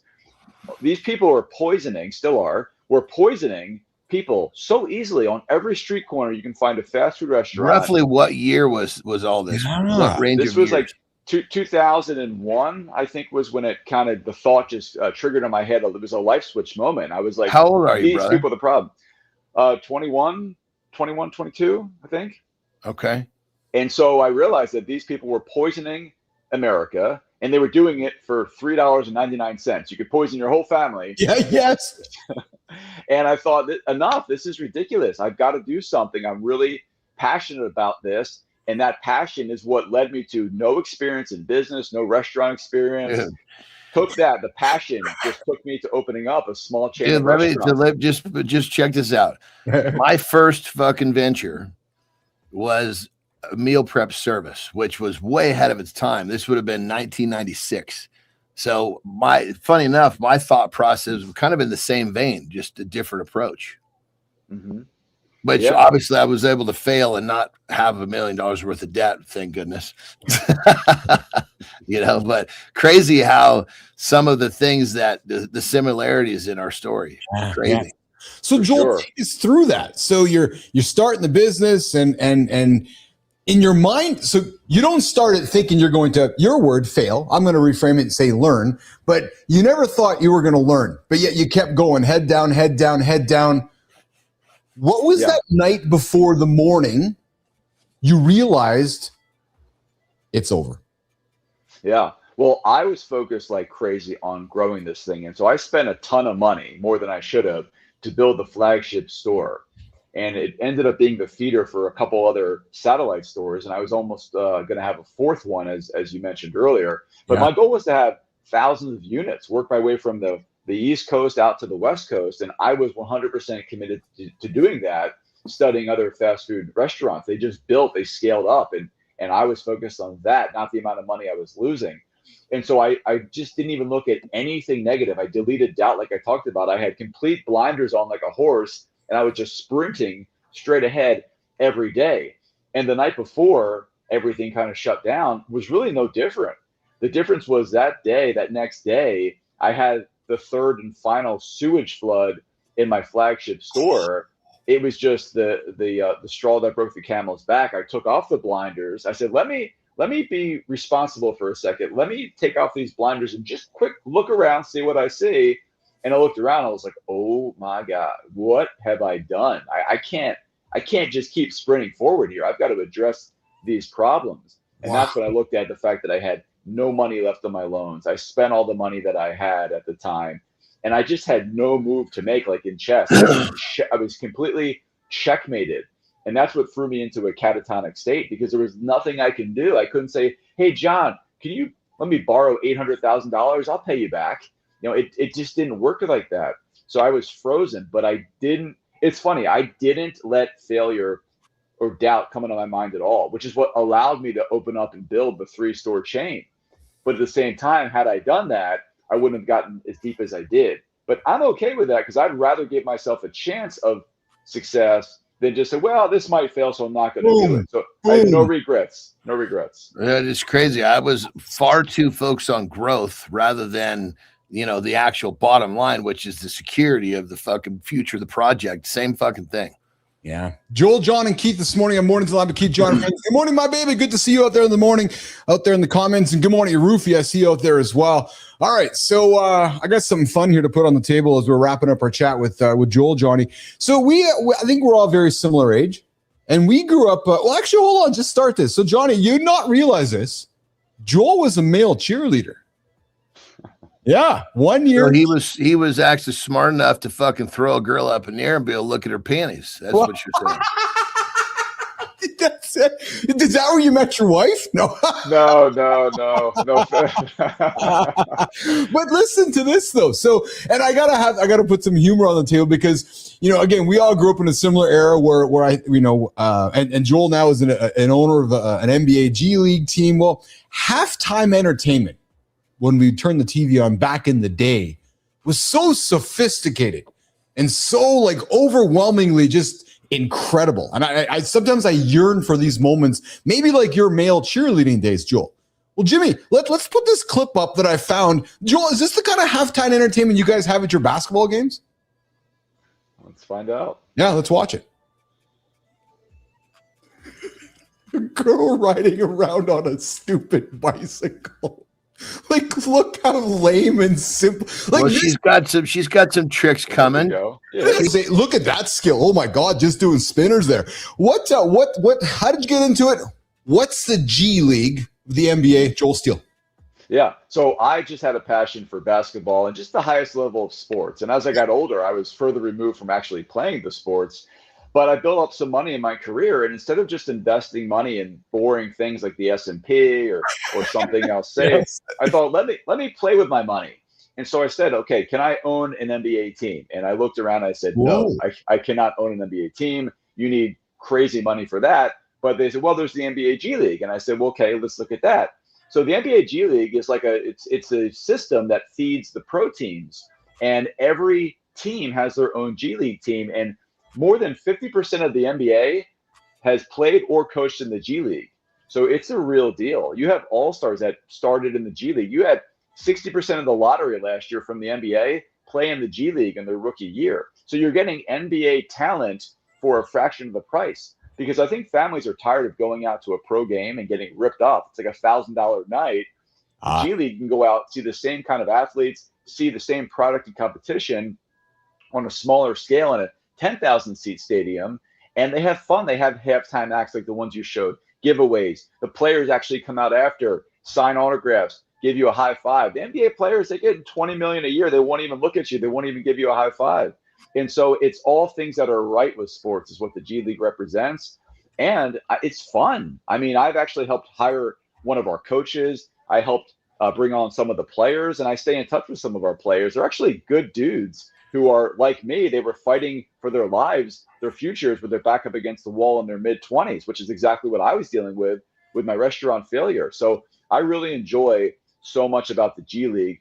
And again, the fact is, it is not a minor league system. It is pro talent that is developing and will be on NBC or ESPN, primetime TV. So that's what's fun about it. It's like these wines, you get them before they're famous. Yeah, Joel. So let me ask you a question just to kind of put this in perspective, because it's a very broad question. So let's just say, and this is the ridiculous gauge, but at least it'll help people understand, myself included.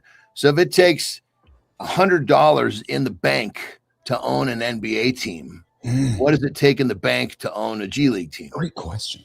Well, it's changing right now because there's two teams coming in, two expansion teams, and they're their G League teams are going to be priced probably $100 million a piece. What? It's funny. It's funny. The Boston Celtics sold for $6.1 billion not that long ago. Yeah. And I joke and I say they should make it clear that the $0.1 billion was their G League team rights, and that is $100 million.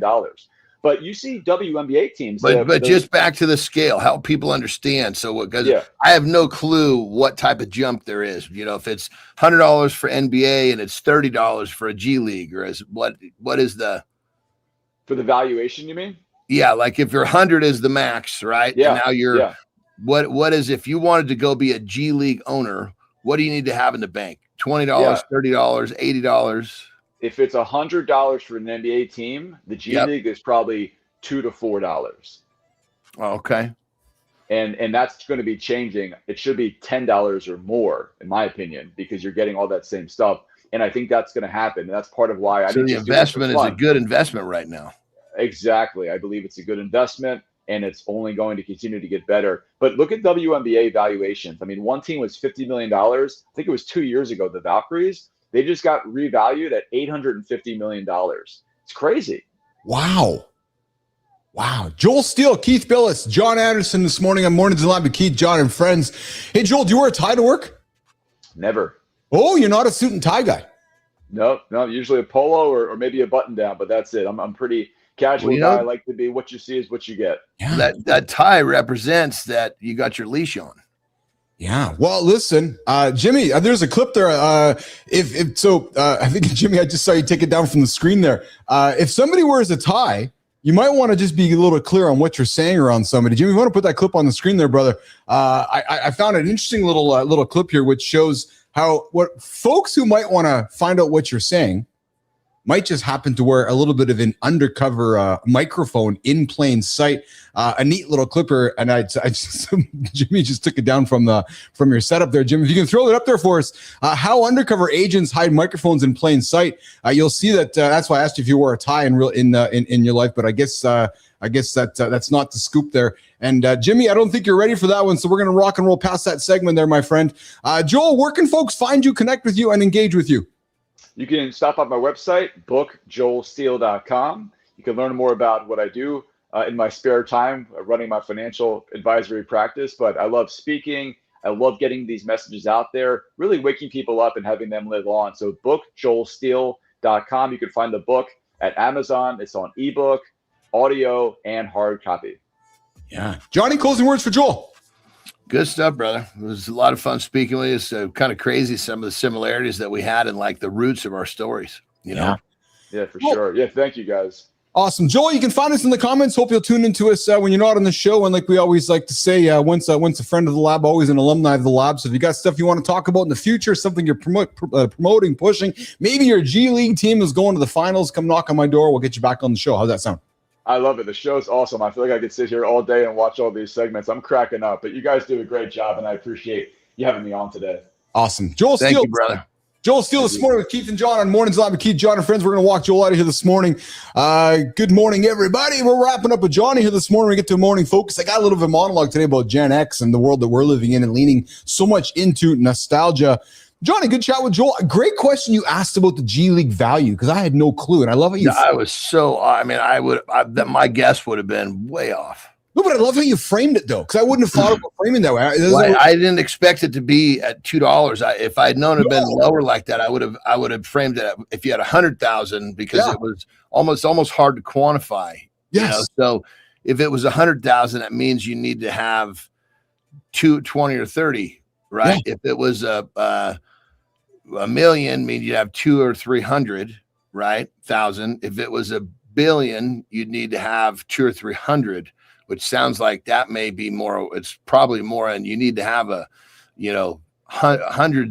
possibly hundreds of billions for a big one, or hundreds of billions for a big one. Yeah, well, but I love how you framed it, because I wouldn't have thought about thinking of that way, because then I got a good perspective on the value. Give us a scale to play with. Yes, well, that's what I mean. Yeah. Because I got to be honest, I never heard of the G League before. Did you? I didn't. I never heard of it, and I pride myself. I knew there was a league. I mean, every major league professional sport has a feeder. Yeah, well, no, I know that, but I didn't. I didn't know what it was called. I'd never had a conversation about it. I read a clip. Cuban's investing some big dollars in Canadian basketball leagues up here because there's some, there's to Joel's point, there's a gap in the entertainment market for people that want to watch sport but don't want to spend $1,000 to take their family out. Yeah.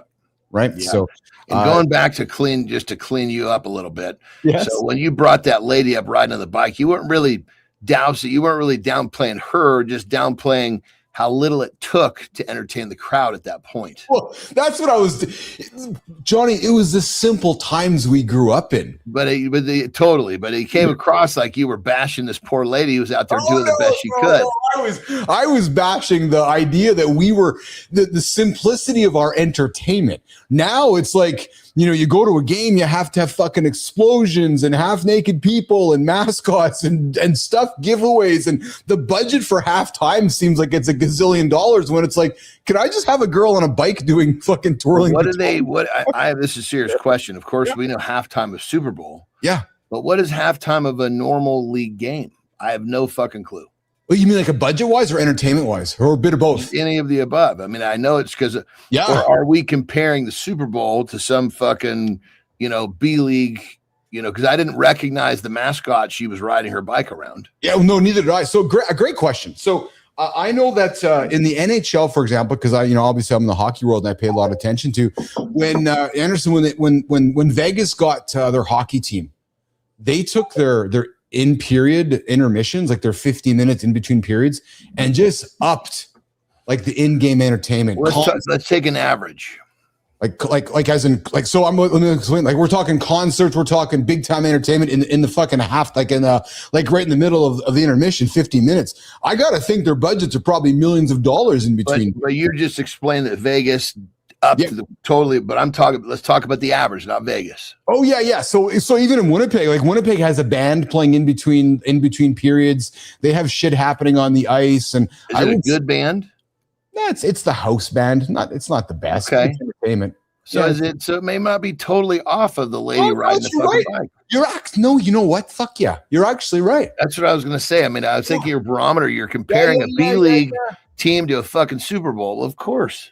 Yeah. No, when you frame it that way, there's something to be said for that because, we enjoy watching the kids go on the ice and shoot their fucking Timbit hockey pucks. And to your point, it's the simplistic times but I will also say I hear folks complaining often that the prices keep going up and the halftime or the intermission entertainment isn't getting any better.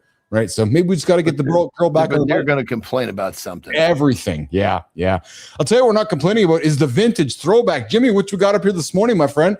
Let's have a look here. Oh, yes. The big old fucking, what is this?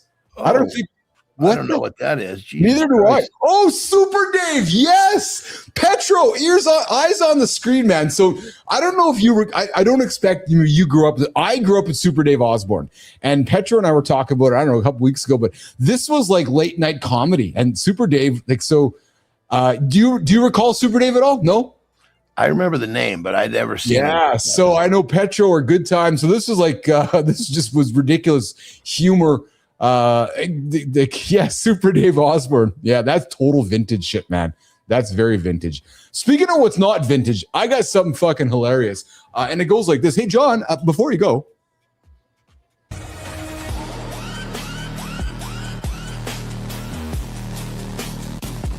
Hey, Jon, before you go, I just saw a line graph tracking Southeast Asia's adult services prices from 1990 to 2025. Somehow economists found the horniest data set on Earth. COVID hits and the chart nosedives. Turns out when tourism dies, so does the market.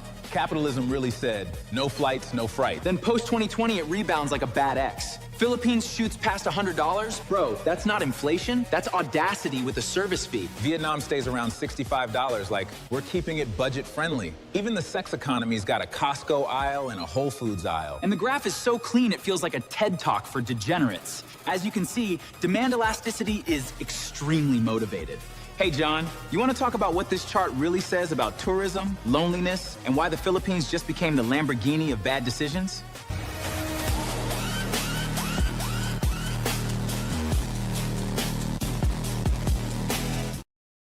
Johnny in the classic Chevelle Doughboy. Johnny, the price of pussy per year in Asia. That graph shows the inflation-adjusted market price of pussy over time in Thailand, Philippines, Cambodia, Vietnam, and Indonesia. That's because all these fucking weirdos are traveling there to do it. I know. But so this was during 1990 to 2025, and you'll notice the sharp drop off during COVID. That's because they couldn't get on a fucking airplane. I know. So it was some of these fucking guys. Some of the things I hear about just fucking like you got some 11-year-old chick, and you got some fucking 65-year-old fucking weirdo. I swear to God, dude, if I walked into a fucking room and found that, I would. That poor motherfucker. Jesus Christ. I don't know what I would do to him, but it would be fucking not nice. And then I might be right there next to you doing the second not nice to him for a true story. You'd be like, wait a minute, don't kill him. I want to massage his nutsack when he's still alive. Kill him. Yeah, before I kill him. But hey, so it went as high as $100 in Vietnam to as low as $65. But that's just gross, man. That's absolutely gross. And the fact that most of it, from what I understand, I could be wrong here. Yeah. Most of these fuckers are going looking for these like prepubescent fuckers. Totally. What are you doing today? So foul, dude. I know.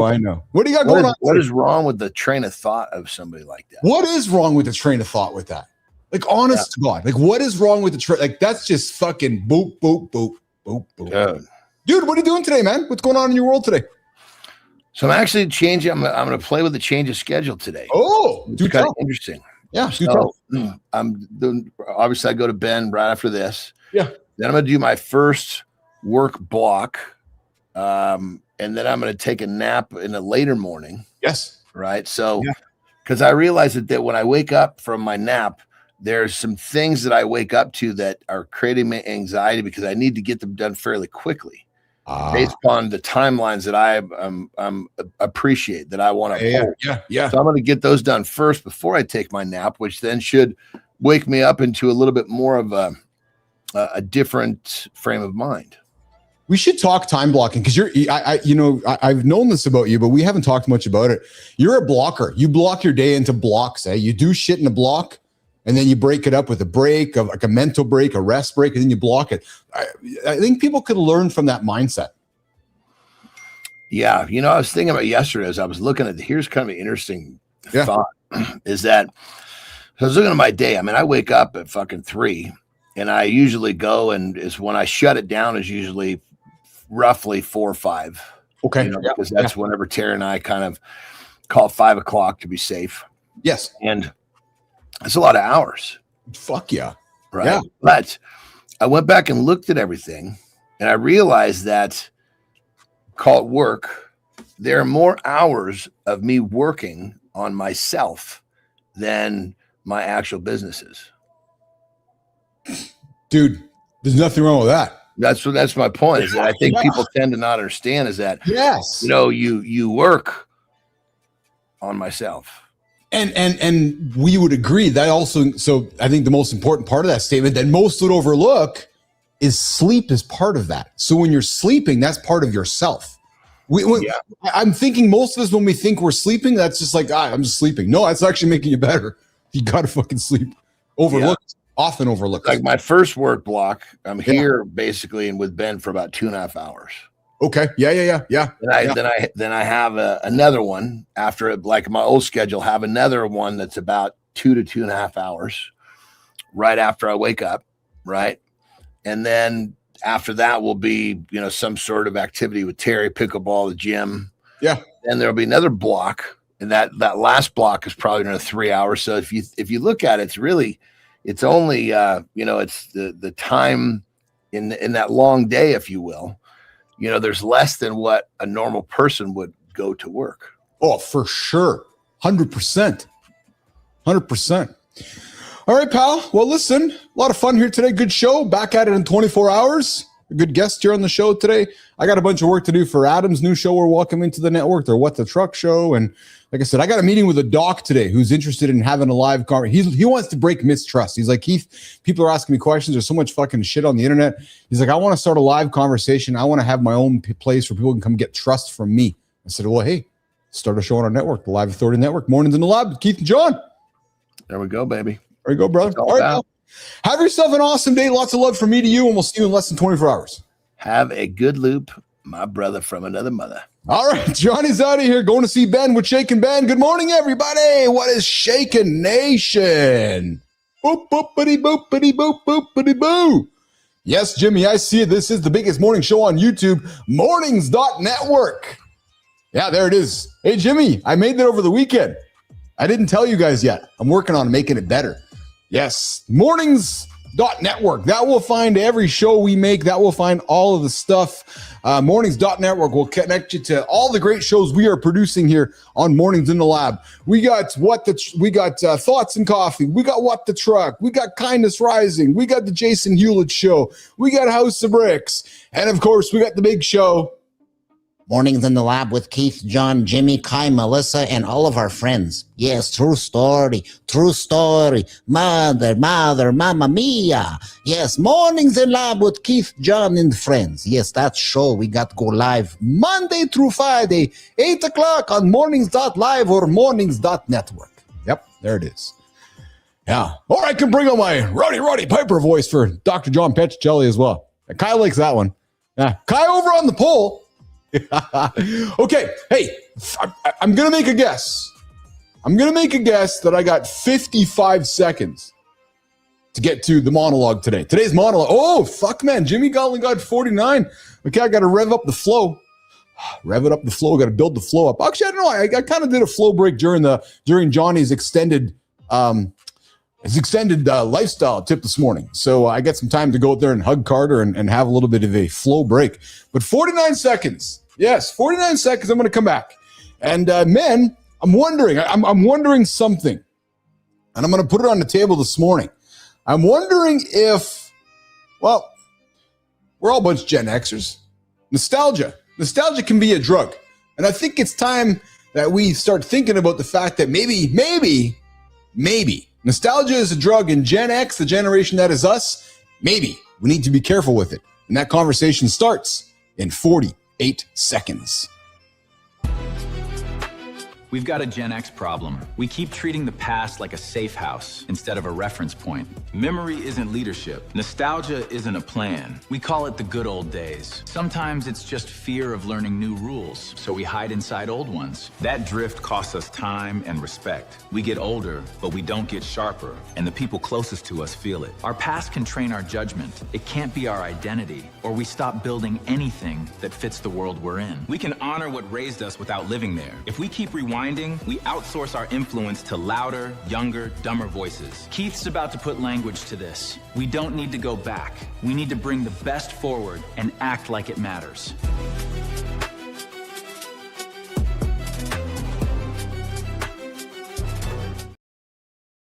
All right, Daniel Sadiki just booked on the show this Friday. Go welcome, Daniel. All right, guys, nostalgia is a drug, and Gen X needs to be careful with it. Here's something I think Gen X needs to be honest about. That is us listening to the show right now. I love nostalgia.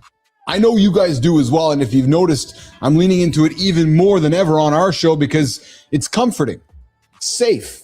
It's something we can be familiar with. It's something that we enjoy talking about.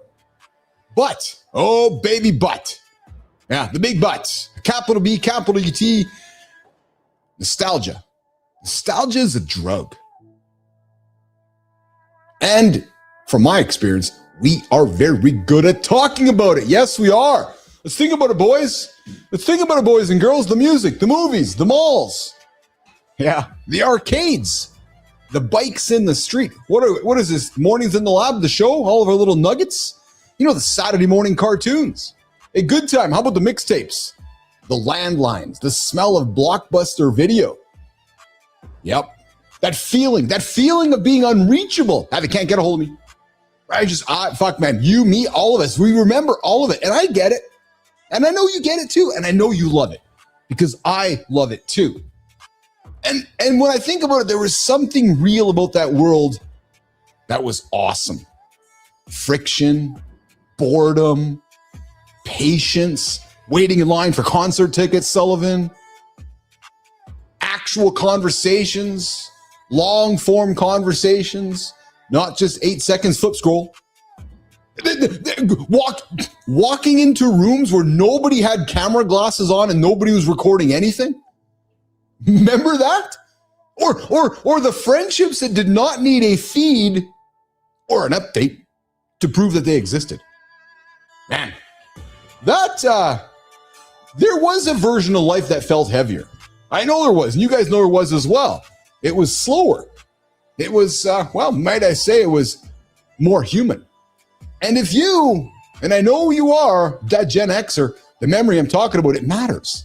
Because we are one of the last generations that remembers life before the internet became, man, the operating system of everything. And we're the last generation right now that's watching AI become the operating system of tomorrow.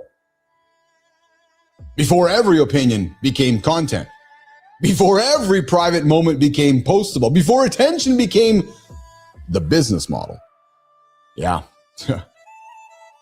Well, even before people started confusing visibility with meaning, that gives us perspective. That gives us contrast, and that gives us something valuable. But here's the danger. We know what the world felt like before the machine swallowed the room. That memory of ours, it can become wisdom, or memory, well, it can become a cage. And I think a lot of us are standing right at that line. Because I know how it feels. I'm building a show around it. I'm building a network around it. Nostalgia, it feels good. It feels safe. It feels like, well, not even it feels like.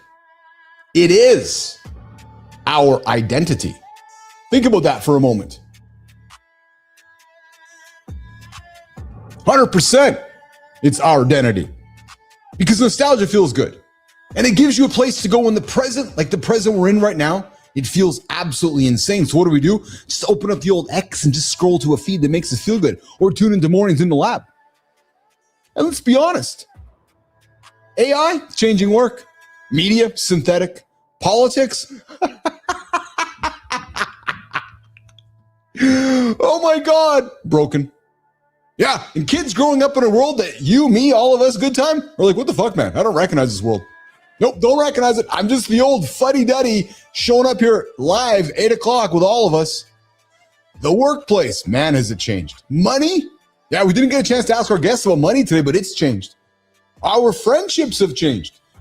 Even the way that we talk to each other has changed. So listen, I understand the temptation to look backwards and say, because I think we are guilty of it. Man, oh man, it was better back then. Was it? Was it? It was simpler then. Well, people were tougher then. Oh yeah, much tougher. Yeah, music was better then.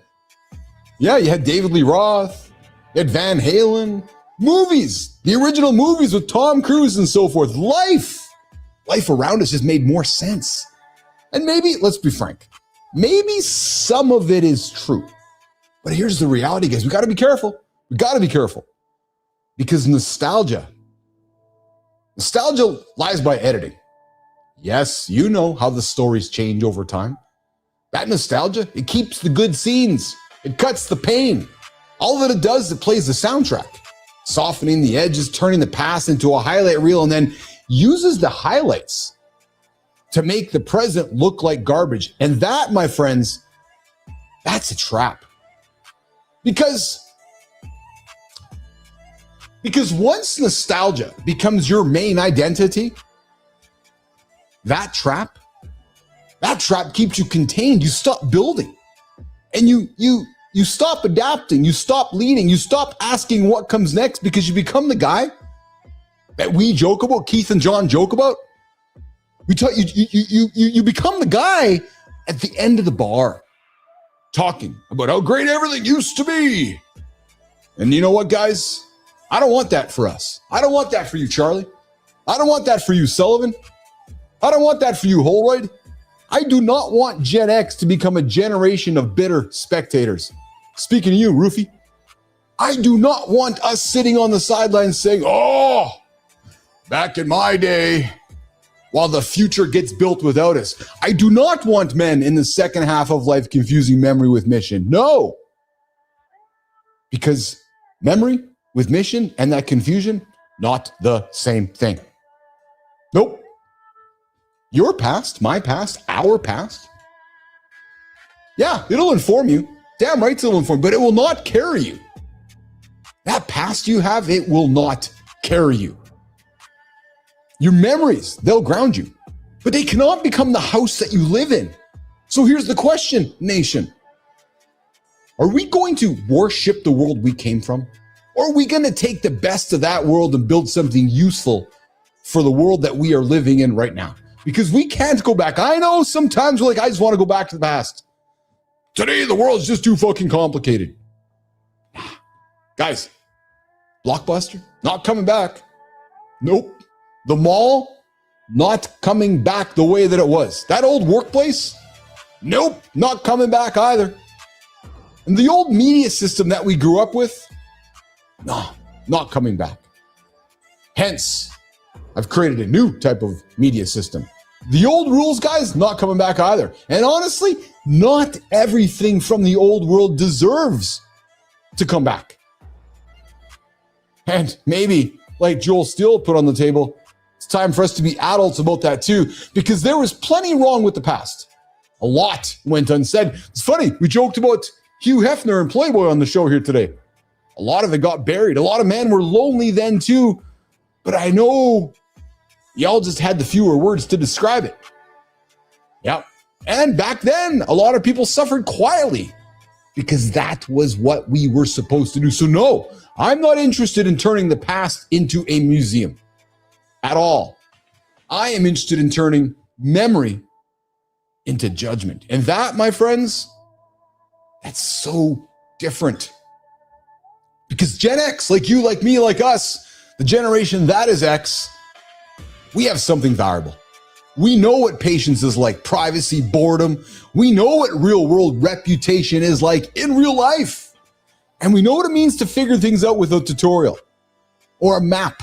Yeah. And you know what, guys? We also know what it means to live part of your life without an audience, without glasses and cameras photographing and videotaping everything. And those things matter. And the job that we have as we go through life is not to complain that they disappeared.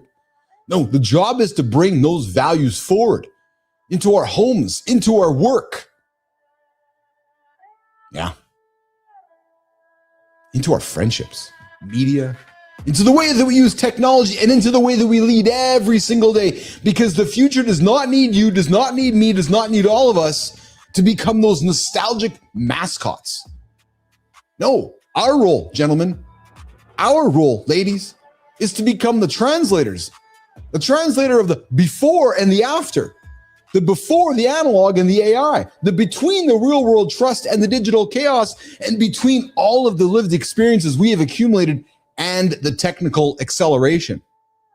That is our role. You don't like it? That's what it is. The role is not to whine. Oh, back in the old days, the role is not to retreat. The role is not to mock everything new because it feels unfamiliar. No. We, as the generation that we call X, is supposed to bring judgment. Our taste, our memory, our standards, humor, skepticism, and all the resilience, and a little bit of, are we sure this isn't complete bullshit? That skepticism is useful right now, very useful, because the world we're living in right now is flooded with speed and starving for the wisdom. The wisdom that we have, the wisdom that does not come from pretending everything old was perfect. Wisdom that comes from knowing what is worth keeping and what needs to be left behind. And that is what this show is all about. And that is what Mornings in the Lab is about. Not nostalgia. Not some retro clubhouse for men complaining about the modern world. No, this is not a place to hide from the future. It's a place to get ready for it. Daily, 8 o'clock. 7:30 with Roofy, a place where you, where me, where all of us can remember who we were without being trapped there. A place where we can laugh about the old world, honor what it gave us, and still build something new that we call Mornings in the Lab, the live authority place, the live authority network, a place where Gen X men like you, like me, like all of us, like we call the generation that is X, a place where men can stop asking whether we are still relevant, and we can start acting like our experience is needed. Because it is, men. It is.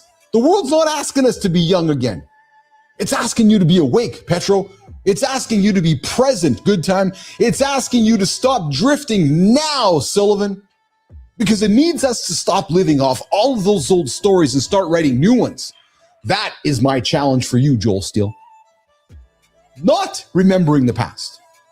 We all do that enough. The challenge is not letting the past become an excuse to stop changing, learning, risking, or building, an excuse to say this world is not for me anymore. No, because that is too easy. And honestly, it's beneath us. Again, I remind you, we were built in transition, growing up in between the worlds, adapting to entire lives. So why are we going to fucking stop now?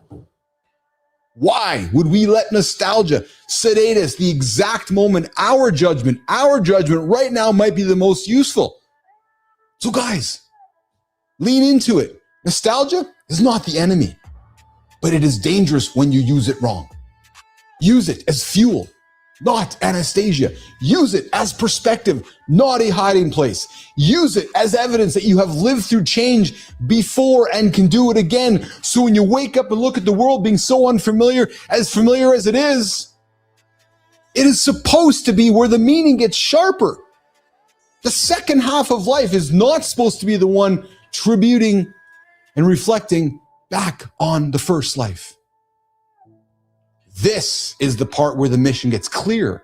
This is the part where the noise gets lower. This is where the part where the man gets honest with himself and his own mirror. So yes, put on the old tunes from yesterday. Drive down the streets of nostalgia. Remember the freedom that we thought we had growing up. Remember the world before the feed, before Facebook, before Instagram. And then remember what was good. But do not move into the memory. Do not let that memory make you bitter. Do not let it make you lazy. Do not let it convince you that your best contribution is behind you, because that, my friends, is a lie. Because the best of you and I is not that we remember the past. The best of you and I is that we know how to survive a world changing underneath our feet right now. And the world is changing right now, daily. Good. Good. I'm glad it is, because it keeps us honest. It keeps us moving forward, because we have been here, men. We have been here, ladies. Now, our job is simple. Let's take what was real. Let's leave what was broken. And gentlemen, take those big fucking arms around and step into what is next. And my invitation to you goes like this. Build, build, build. Build like a motherfucker who still has something left to say. Let's be honest for 1 second. Most of us are terrified of the rearview mirror. We think if we drive fast enough, the baggage is just gonna fall out of the trunk. Today, we are looking at what happens when you stop pretending your avoidance is a superpower. We have two stories that hit hard on the lies we tell ourselves to keep functioning when we should really be fixing. Over to you to break it down, Chief.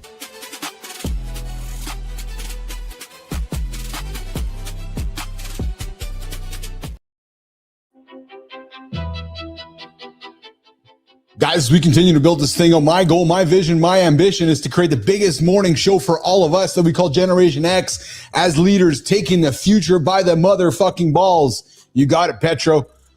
I see you, Good Time, No Cell Phones, Radio Shack. Yes, brands from the past that have not aged very well. We're going to age very well. We're starting it over on YouTube, the I'm Fine Illusion and why you can't outrun the past. Hey, sound familiar? Doug Boped drop a 13-minute truth bomb about the adversity advantage. Yeah, going from convicted felon to author. Doug's message is a massive middle finger to the modern, just let it go. He argues that burying your past guarantees those self-sabotaging patterns are going to run your life forever. Yeah, his turning point, a cellmate. Yeah, while in jail, brutally calling him out for playing the victim. Here was his takeaway. That relocation you think? Fuck, not going to fix it. A new job? Not going to fix it. Wherever you are, that is who you are. There you are. Maybe It's time to stop using your backstory as a permanent hall pass for bad decisions. And maybe, Jimmy, it's time to look in your own mirror.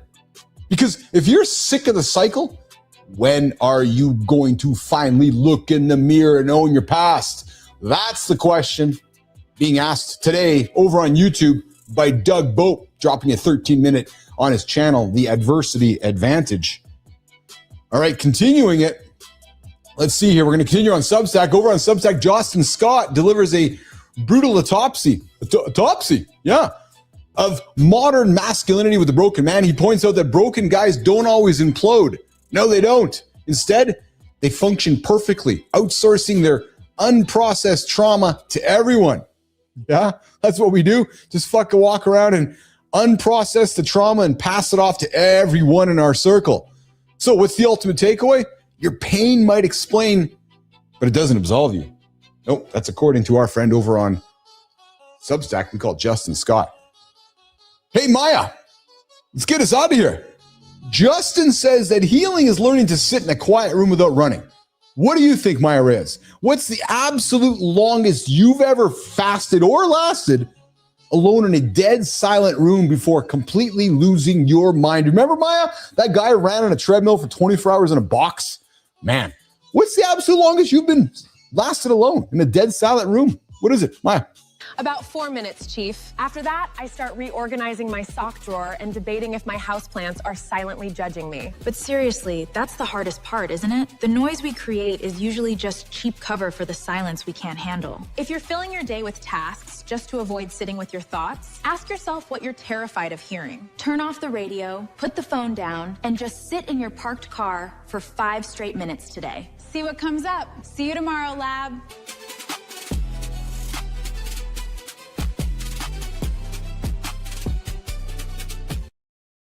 Hey, Jimmy, how the hell does Maya Reyes know about my sex life? She's talking about 4 minutes? Fuck, man. Who gave her the camera into my bedroom? Maya Reyes. 4 minutes. Fuck, man. What's up with that? Yeah. All right. Our very own Maya Reyes drops the community corner every single day here, right after the morning focus, the monologue. I like to put some thoughts on the table. Today, we talked about nostalgia being a drug, guys. And Gen X, you and me, yeah, we need to be careful with it because it's too easy to live in the past. And well, it makes it even harder to move into the future. Guys, hey, what a fun show here today. You bought flowers, so why is she still pissed? Why? Today we got into the difference between romance and repair. Flowers are nice, but dinner is nice. A sweet gesture is nice, but if she's carrying the mental load, managing the house, remembering every detail, and still having to ask you to participate in your own damn life, the flowers are not going to solve the problem. They are sitting on top of it. The real move, guys, consistency. Yes. Go kiss your wife today. True story. Hey, Joel Steele, he had a gun in his face 4 times before 25. Now he owns a piece of the NBA and wrote the book on turning your life on. Fun chat with Joel Steele today. He brought a heavy, powerful story. Gun violence before 25, trauma, debt. Guy lost $1 million in debt. Failed restaurant, Catatonia. Yeah, then the rebuild. Great conversation today with Joel Steele. Guys, nostalgia is a drug and Gen X needs to be careful with it. We talked about nostalgia and we closed it off with Maya Reyes over on the community corner. Tomorrow, Dave Sanderson, he was oh baby, we got a good one tomorrow. Ears up, Petro, ears up, good time tomorrow. Dave Sanderson, the last person off the plane that crashed into the Hudson. And then he got on the plane next morning. Hey, hold on a second here, Kai. There's somebody in my guest bucket that is a different guy that was the last person off the plane. Interesting. Yeah, we got 2 people who were the last person off the plane crashing into the Hudson. Dave Sanderson, he's going to join myself and John Anderson tomorrow. We're going to sit down with the dude, the last passenger off U.S. Airways Flight 1549, the airplane. Yeah, am I looking at the wrong camera? The airplane that crashed into the Hudson, and he survived the miracle on the Hudson. He spent 7 minutes in icy water. Yeah, 7 minutes. Wow, again, we're talking sex. And then he got back on a plane the very next morning. Since then, Dave has turned that moment into a life of impact. What's he done? He's raised almost $15 million for the Red Cross. He's delivered more than 1,700 keynotes. He's authored 4 books, and he's teaching leaders how to make better decisions under pressure through his 1549 decision framework. Fuck, man. You talk about somebody that has cashed in on that situation. Are you kidding me? Dave, I love you, man, but that's fucking brilliant. the 1549 decision framework based on almost dying in the Hudson River. Fuck. So join us tomorrow live for that conversation. Until the nation, guys, this week, if you're fucking snoozing, you're going to be snoozing for 24 hours. Stop buying the flowers. Stop the snoozing. Get up, get after. We're going to see you in less than 24 hours. Where? Right here, live on Mornings in the Lab with Keith, Jon, and friends.